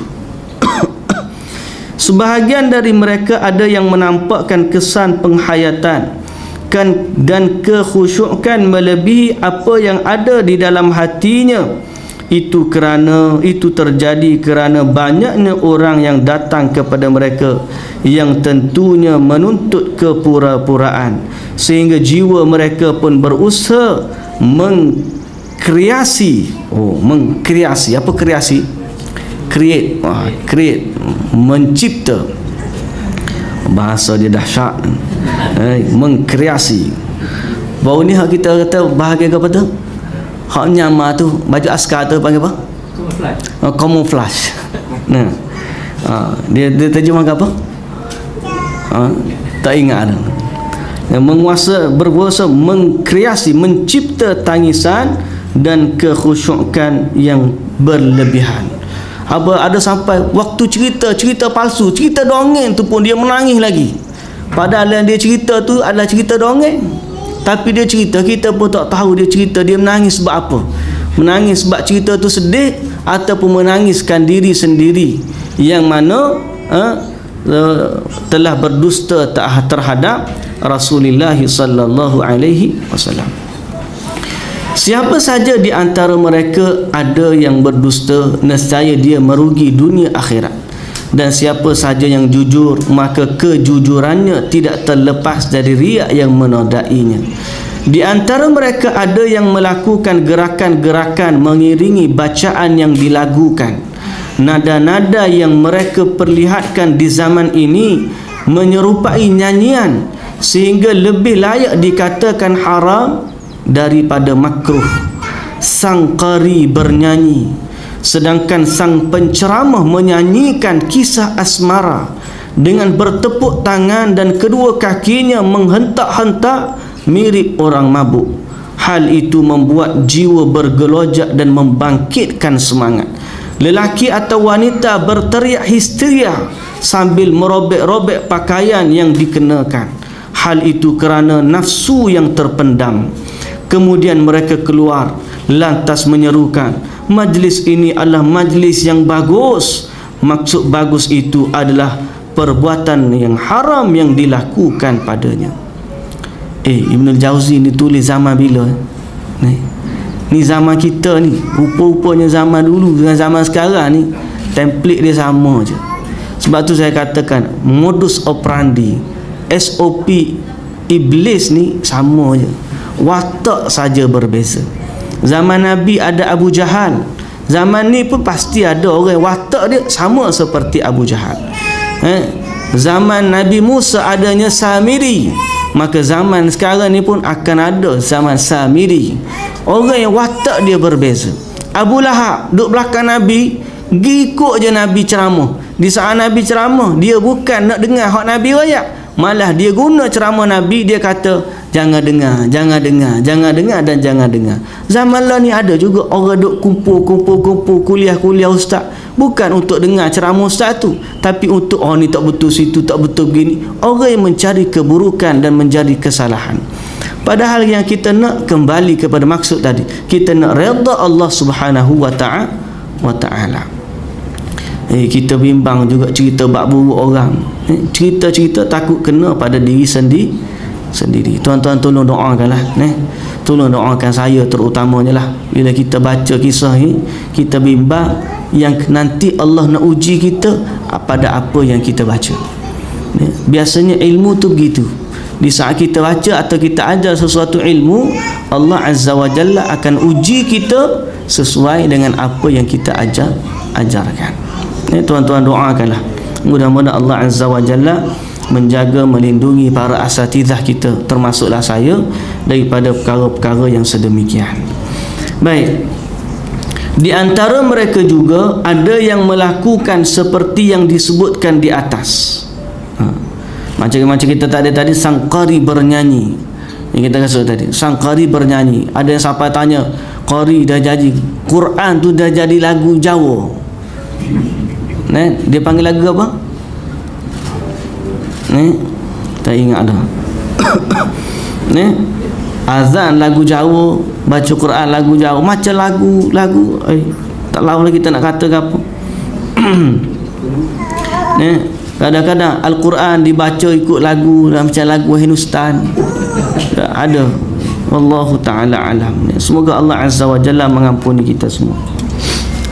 Di antara mereka juga ada yang melakukan seperti yang disebutkan di atas, namun dia mendendangkan syair ratapan terhadap orang yang telah mati. Tujuannya menggambarkan ujian yang telah dialami, lagi menyinggung keterasingan dan orang yang mati dalam keadaan terasing. Dia membuat kaum wanita menangis dan majlis berubah menjadi majlis ratapan kematian. Padahal seharusnya dia mengingatkan untuk bersikap sabar atas kematian orang yang tercinta, bukan malah mendorong untuk bersedih hati. Di antara mereka ada yang berani berbicara mengenai esensi sikap zuhud dan kecintaan kepada Allah. Lalu iblis membisikkan talbis ke dalam hatinya, sungguh kamu ini termasuk orang yang memiliki sifat demikian, kerana kamu tidak kuasa menyifati sehingga kamu benar-benar mengetahui apa yang kamu sifati itu, dan kamu telah menempuh jalan yang seharusnya ditempuh. Allahu Akbar. Cara menyingkap tipu dan kedok atau tembelang talbis iblis ini adalah dengan menjelaskan bahawa upaya menyifati Allah termasuk ilmu, sedangkan suluk bukanlah ilmu. Di antara mereka ada yang berbicara kembali kepada tadi, sementara suluk bukanlah ilmu. Kembali kepada masalah zuhud tadilah. Ada yang kata bila orang berbicara masalah zuhud, masalah tazkiyatun nafs atau tazkiyatun nufus, dia sangka sehingga dia rasakan dia benar-benar memiliki, dia adalah ahli zuhud, dia orang yang hatinya bersih, suci, sehingga iblis kata, talbis iblis kata, dia kata tak ada orang yang boleh bercakap sebegitu melainkan orang yang hatinya bersifat dengan sifat zuhud dan suci dan bersih. Padahal kadang-kadang dia adalah talbisu iblis. Di mana kita nak tengok talbisu iblis? Sebab zuhud ni adalah berkait dengan ibadah kepada Allah Azza wa Jalla, bukan rasa je. Saya dah sebut dah sebelum daripada ni, ada ahli bicara, orang-orang yang ahli makrifat, ahli-ahli yang berkait dengan tasawuf dan sebagainya, bercakap masalah hati, Masya Allah, sehingga orang rasa hati dia adalah hati orang yang betul-betul bersih, suci. Padahal kalau dibandingkan dengan ibadah kepada Allah, jauh dia daripada ibadah kepada Allah Subhanahu wa taala. Sesungguhnya bersuluk bukanlah ilmu. Orang yang beribadah kepada Allah Azza wa Jalla, itulah yang sebenar-benarnya ilmu. Dia bukan dengan rasa. Ilmu ni mari daripada ilmu agama, dia rasa begitulah ilmu agama. Sebenarnya tidak begitu. Ilmu ni pada apa yang kita lakukan. Sebab tu muhasabahlah diri, doalah keampunan kepada Allah Azza wa Jalla. Dan tuan-tuan tolong doakan, oleh kerana kita ni berbicara pada masalah asatidah ataupun para penceramah, mereka lah yang banyak, sebahagian daripada mereka ada yang baik, ada input mereka memberi manfaat kepada kita. Maka sebagaimana kita katakan tadi, kita doa supaya semua orang masuk syurga, termasuk para penguasa kita, dan termasuklah para asatidah penceramah dan pemberi kuliah. Semoga Allah Azza wa Jalla juga memberikan hidayah kepada mereka, memandu mereka kepada kebenaran, menunjukkan kebenaran kepada mereka, menjauhkan mereka dari kebatilan, dan menjaga lidah-lidah mereka daripada kepalsuan, dan menjaga hati mereka daripada talbis, rasa yang tidak benar, supaya mereka benar-benar menjadi hamba yang dekat dengan Allah Subhanahu wa ta'ala. Doalah dalam Ramadan ni, doa ni. Di antara mereka ada yang berbicara tentang berbagai bencana dan penyimpangan yang keluar atau bertentangan dengan syariat Islam. Mereka mengungkapkan syair-syair mabuk asmara yang tujuannya memperbanyakkan histeria di majlisnya, sekalipun didasari oleh ucapan batil. Cukup banyak dari mereka yang memperindahkan ucapan dengan ungkapan yang tidak memiliki makna sama sekali. Kebanyakan pembicaraan mereka hanya seputar Musa dan Gunung Tur dan ihwal Yusuf dan Zulaikha. Hampir tidak pernah mereka menyinggung perkataan atau perkara-perkara wajib, dan tidak pula mencegah manusia dari perbuatan dosa.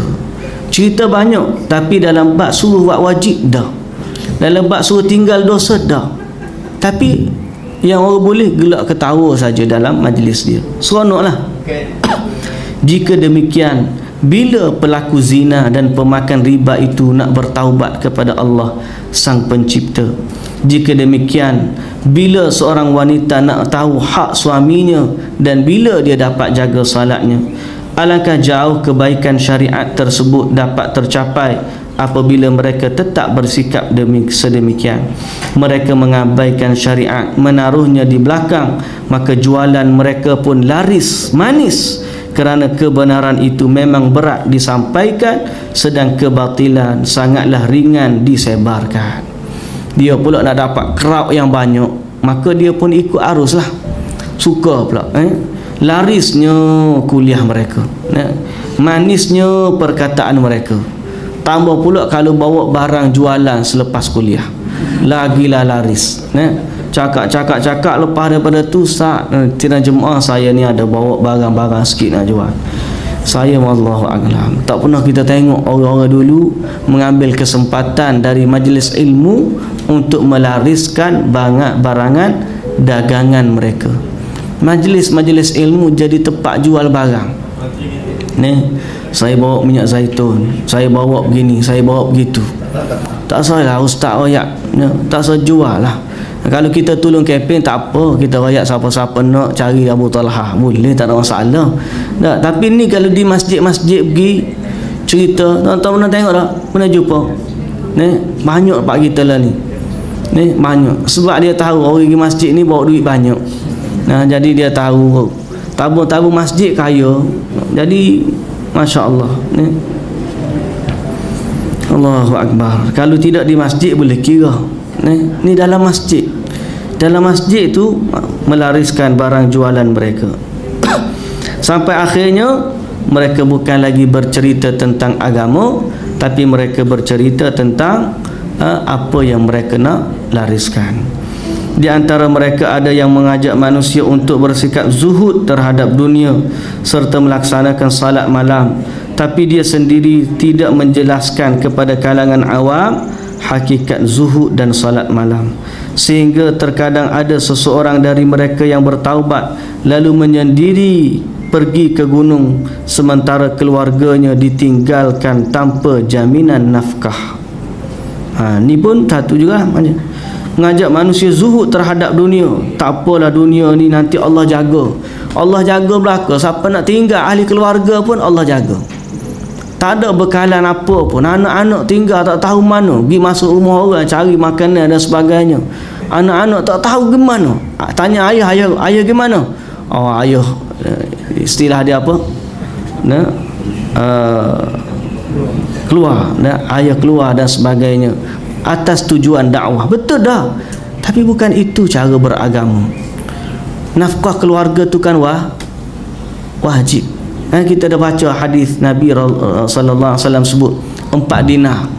Paling besar 4 dinar. Dinar pertama infak fi sabilillah. Dinar yang kedua merdekakan hamba. Dinar yang ketiga bagi kepada fakir miskin. Dinar yang keempat bagi kepada ahli keluarga. Dinar mana paling besar fadilah pahala dia? Dinar yang bagi kepada ahli keluarga. Nak cari mana? Ini benda wajib. Jadi kalau dia di atas sifat zuhud dia, di atas sifat suluk dia, dia tinggalkan keluarga semata kerana kezuhudan dia, lalu dia tinggalkan keluarga tanpa nafkah. Ni asal agama mana yang ajar begitu? Dia tidak bersumber kepada ajaran yang benar. Sebab tu ada orang yang mengajak manusia kepada sifat zuhud, tapi dia tidak mengajar dengan panduan yang benar. Sebahagian mereka menjelaskan kepada manusia tentang perlunya berharap kepada Allah serta tamak atas apa yang ada di sisinya, namun dia tidak memadukannya. Apa maksud Islam memadukannya tu? Bahaya tu, bahaya. Ayat bahaya. Tolong highlight sikit kalimah tersebut tu. Namun dia tidak memadukannya dengan sikap yang mampu menjadikan seseorang takut kepada Allah dan bersikap waspada. Makna memadukan dia tu apa? Mensepadukan dia lah bahasa itu. Tapi memadukan betul dah sebenarnya.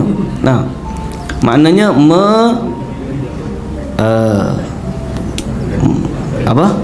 Menggandingkannya. Bahasa kita mudah lagi sedap. Apa? Kemah nak suruh gandingkan dia dengan sikap yang menjadikan seorang itu takut kepada Allah. Akibatnya orang semakin berani untuk melakukan maksiat. Apa yang dia katakan itu didukung dengan kecenderungannya kepada dunia yang terlihat dari kenderaannya yang mewah dan pakaiannya yang mahal, maka dia merosak hati manusia dengan perkataan dan perbuatannya. Okey. Dia cerita bab takut kepada Allah, tapi dalam masa yang sama dia sendiri pun mungkin ada berterang-terangan dalam maksiatnya, ataupun dia tidak menjadikan orang takut kepada Allah Subhanahu wa ta'ala. Makna ambil sebelah apa tu? Dia ambil sebelah saja. Kan kita ni kena jalan dengan dua sayap. Satu sayap kita panggil apa? Ar-raja. Satu lagi sayap al-khauf. Raja tu apa? Mengharapkan rahmat Allah. Satu lagi apa? Takut kepada azab Allah.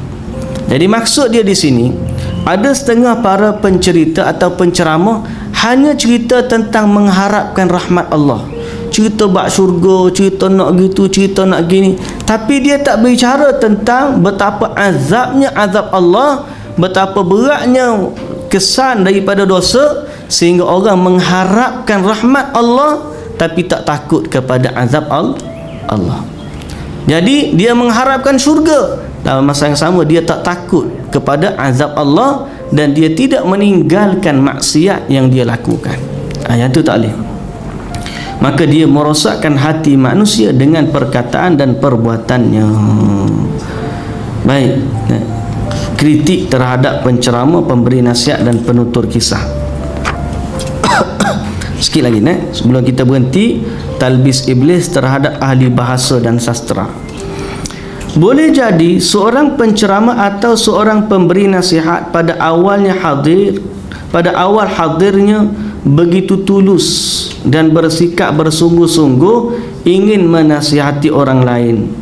Hanya saja seiring dengan berlalunya waktu, di antara mereka ada yang hatinya tersusupi perasaan cinta kedudukan, sehingga dia pun menjadi gila hormat. Asal baik belaka tuan-tuan. Sebab orang yang tak terjun dalam bidang tu, orang tak tahu. Macam saya kata tadilah, kita tak terjun dalam bidang politik, kita tak tahu sepak terajang dia. Bila kita tahu, Allahu Akbar, lagu ni rupanya. Sama juga orang-orang hak popular, golongan-golongan artis dan sebagainya. Masa tak jadi artis, kono nak jadi artis. Bila jadi artis, rasa menyesal pula jadi artis. Padahal apa? Hidup tak bebas, paparazi kiri kanan. Wak gitu orang ambil gambar, wak gini orang ambil gambar. Nak makan pun payah, baru nak suap orang minta ambil gambar, dua suap orang minta ambil gambar. Last kali sejuk makanan, gambar tak habis lagi ambil. Nah, pasal apa? Sebab klemu sebelum jadi artis, kono dah jadi artis. Orang nak jadi doktor, kadang-kadang lagu tu juga. Belum nak jadi doktor, nampak oh hebat doktor, pakai pakaian putih semua dengan nado gapo hok ni di atas bahu apa ni cocok stetoskop. Stetoskop lagi. Dengan gaya pula pakai spek mata pula petok. Nampak semua. Kelih pula lah cerita drama Korea pula, doktor-doktor handsome belaka. Aku nak jadi doktor juga. Habis. Baru apa kena jadi dia panggil apa? HO. Nah. Baru jadi HO mula put lagi dah. Aduh menyesal aku jadi doktor. Nah. Sebelum duduk, tapi ada orang yang memang cinta sungguh nak jadi, dia panggil mengharapkan pahala, ihtisab dengan kesusahan tersebut. Ini alhamdulillah, semoga Allah mengganjari mereka dengan sebaik-baik ganjaran. Kerana Allah Azza wa Jalla, kerana kita sangat perlu kepada orang-orang yang begini, yang sanggup mengorbankan diri mereka untuk kebaikan dan maslahat umat. Tapi yang saya nak cerita bukan masalah baik buruknya jadi doktor tu. Yang saya nak cerita, sebelum kita duduk dalam bidang tu, kita tak tahu apa hakikat dia. Samalah juga dengan orang. Kadang-kadang hati baik waktu dia duduk dalam macam tadilah politik, dia masuk, hati dia asa-asa baik. Tapi lama kelamaan dia tersusup rasa cinta kepada kedudukan. Sama juga dengan ahli ilmu. Mula-mula hati dia niat baik, tapi lama kelamaan tersusup dalam hatinya rasa cinta kepada kedudukan, rasa cinta kepada pujian, rasa cinta kepada penghargaan dan seumpama dengannya.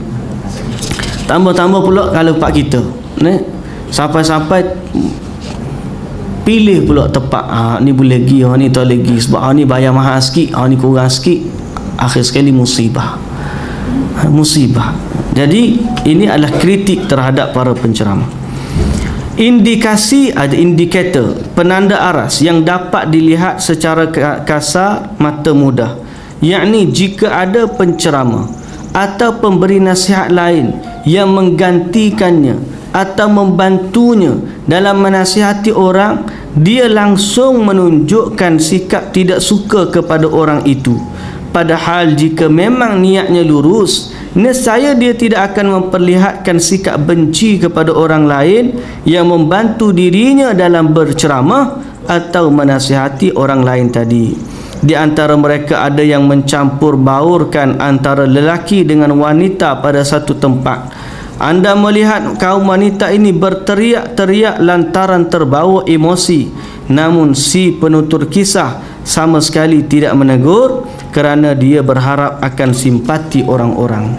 Pada zaman ini muncul penutur kisah yang jelas-jelas menjadikan cerita sebagai penghidupan. Dengan cerita itu mereka meminta belas kasihan penguasa serta mengambil wang dari para tukang pungli. Apa dia tukang pungli? Mereka ini menjadikan cerita sebagai mata pencarian. Beberapa dari mereka mendatangi pemakaman umum lalu mengingatkan manusia akan kematian dan perpisahan dengan orang-orang yang dicintai sehingga membuat para wanita menangis. Ya, mereka sama sekali tidak mengajak orang untuk bersabar menghadapi musibah. Di sisi lain, iblis melancarkan tipu dayanya kepada para penceramah dan pemberi nasihat yang lurus. Yang baik pun kena juga talbis iblis. Iblis kata apa? Orang sepertimu tidak layak memberikan ceramah atau nasihat. Yang layak menasihati adalah orang yang sedar, sehingga akhirnya dia sepatutnya memberi nasihat tapi dia tak bagi. Ada juga, saya tak layak lah kuliah, saya tak pandai. Akhir sekali ilmu yang dia dah belajar tu mati yang gitu ya. Tak ada orang yang ambil manfaat daripada ilmu dia. Yang sebenarnya pandai ke tak pandai, sampaikanlah ilmu dengan cara yang kita mampu. Jadi sebaliknya begitu. Ada orang tak ada ilmu tapi ditipu oleh iblis sehingga menjadi penceramah. Ada orang ada ilmu tapi ditipu oleh iblis sehingga tak jadi penceramah. Ada. Ada kadang-kadang kawan-kawan balik kata kamu ngajarlah. Dia kata bila dia masuk pejabat, dia kerja pejabat, akhir sekali boleh cukup bulan, dapat gaji cukup. Habis itu ilmu dia gimana? Ilmu dia tak ada apa, tak ada guna untuk kebaikan masyarakat. Jadi dia tak guna. Bila orang tanya, dah aku tak alim lah, aku tak pandai lah, patutnya orang alim lagi. Nabi SAW kata dah tadi, balighu anni walau ayah. Kita tak semesti jadi para mufti untuk kita bercakap. Cukuplah kita tahu, lalu kita ajarkan sedikit yang kita tahu dengan amanah dan tidak berdusta di atas nama agama. Ya, kalau kita tahu sikit, kita cerita bab sikit. Kita tahu banyak, cerita bab banyak. Yang penting kita mengingatkan manusia kepada Allah Subhanahu wa ta'ala. Ini termasuk makar iblis, tipu daya iblis. Dia menghalangi perbuatan baik. Sungguh iblis melancarkan tipu daya dengan menyatakan, sungguh kamu menikmati dan merasa nyaman dengan apa yang kamu kemukakan. Bahkan boleh jadi nasihatmu tersusupi dengan perasaan riak.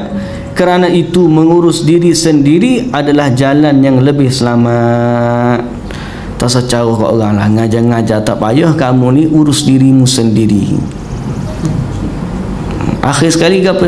Tak ada orang nak mengajar. Orang tahu tak nak belajar, tak ada mengajar. Orang tak tahu jadi pengajar. Akhir sekali yang glamour yang orang ambil sebagai panduan dan petunjuk adalah si jahil. Si alim tidak berada dengan ilmunya di hadapan masyarakat untuk menasihati mereka. Jadi gi ke depan pun kena, gi belakang pun kena, gi kiri pun kena, gi kanan pun kena berlaku talbis ni.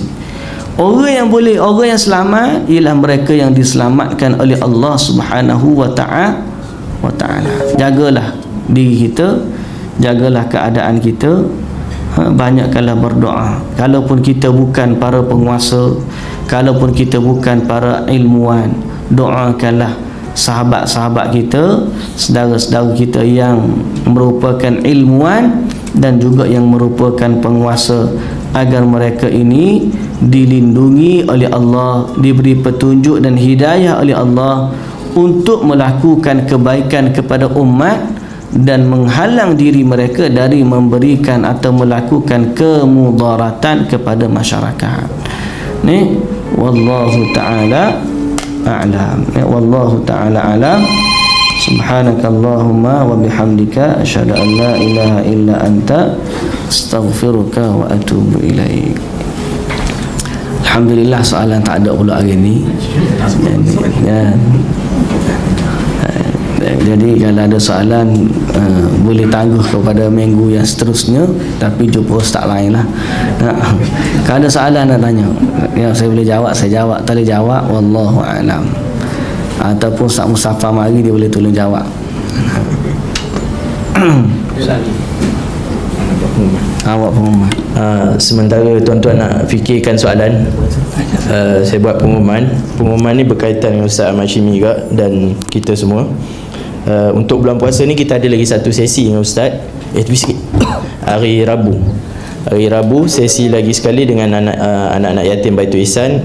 Kali ni yang lelaki ada, yang perempuan pun ada. Jadi ramailah, double satu. Dan belum cukup seminggu pun dah ada orang bagi tahu, insya-Allah Tauke Dima Restoran.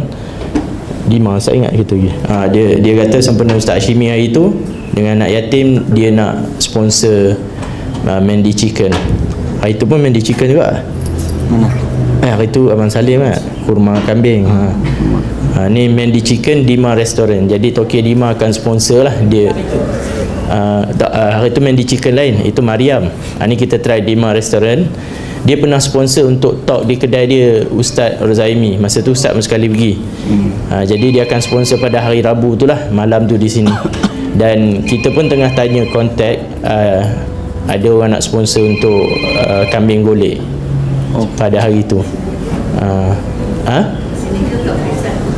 Di sini kita buat di sini.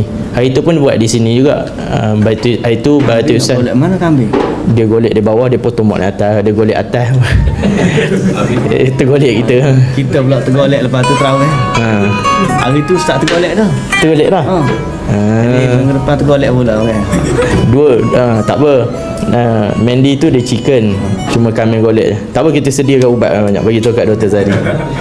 Okey, boleh sambung siapa ada soalan.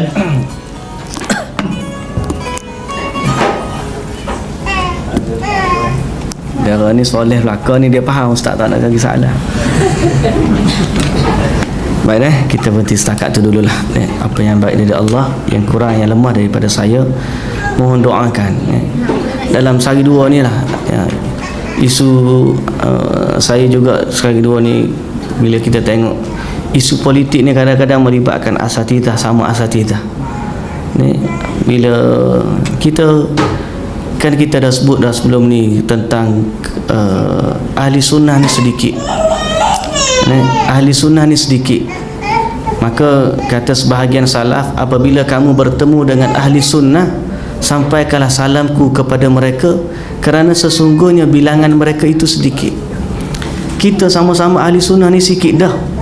tapi fitnah tetap saja berlaku. Fitnah yang saya maksudkan bukan tuduh menuduh dah. Fitnah tu makna ujian Allah Azza wa Jalla kepada kita tetap sampai sehingga yang sedikit ni pun payah nak bersatu. Betul tak? Dan kita semua merasai benda tu, benda yang tidak perlu kita sembunyikan. Dan kadang-kadang kita pun hairan, seolah-olah ya Allah, tak ada ke orang yang boleh mendamaikan. Kita bercita-cita semua orang yang damai. Innamal mu'minuna ikhwah. Tapi saya pun kadang-kadang sampai peringkat, contohlah debat politik, tak boleh kau negara-negara Arab ni bersatu. Kita kata nak susahkan negara Arab nak bersatu, kita sama kita ni bersatu pun payah dah. Kita duk cerita tentang nak mendamaikan dua buah negara, kita ni tak ada negara mana, baru dua buah mungkin NGO pun payah dah nak bersatu. Baru mungkin dua orang sahabat pun payah nak bersatu. Kenapa jadi gitu? Sebab Allah Azza wa Jalla sebut dah, kecuali orang-orang yang dirahmati Allah. Walau syaa rabbuka laja'ala an-nasa ummatan wahidatan wa la yazaluna mukhtalifin. Kalau Allah Azza wa Jalla nak manusia ni jadi umat yang satu, boleh saja. Tapi tetap saja manusia ni apa? Berselisih pandangan. Apa pula Abu Talha ni? Saya tertekan pula. Ya. Saya tengok ayat tu. Ni tak ada orang soal jadi jawab juga. Padahal nak bertidak tadi dah. Sekejap.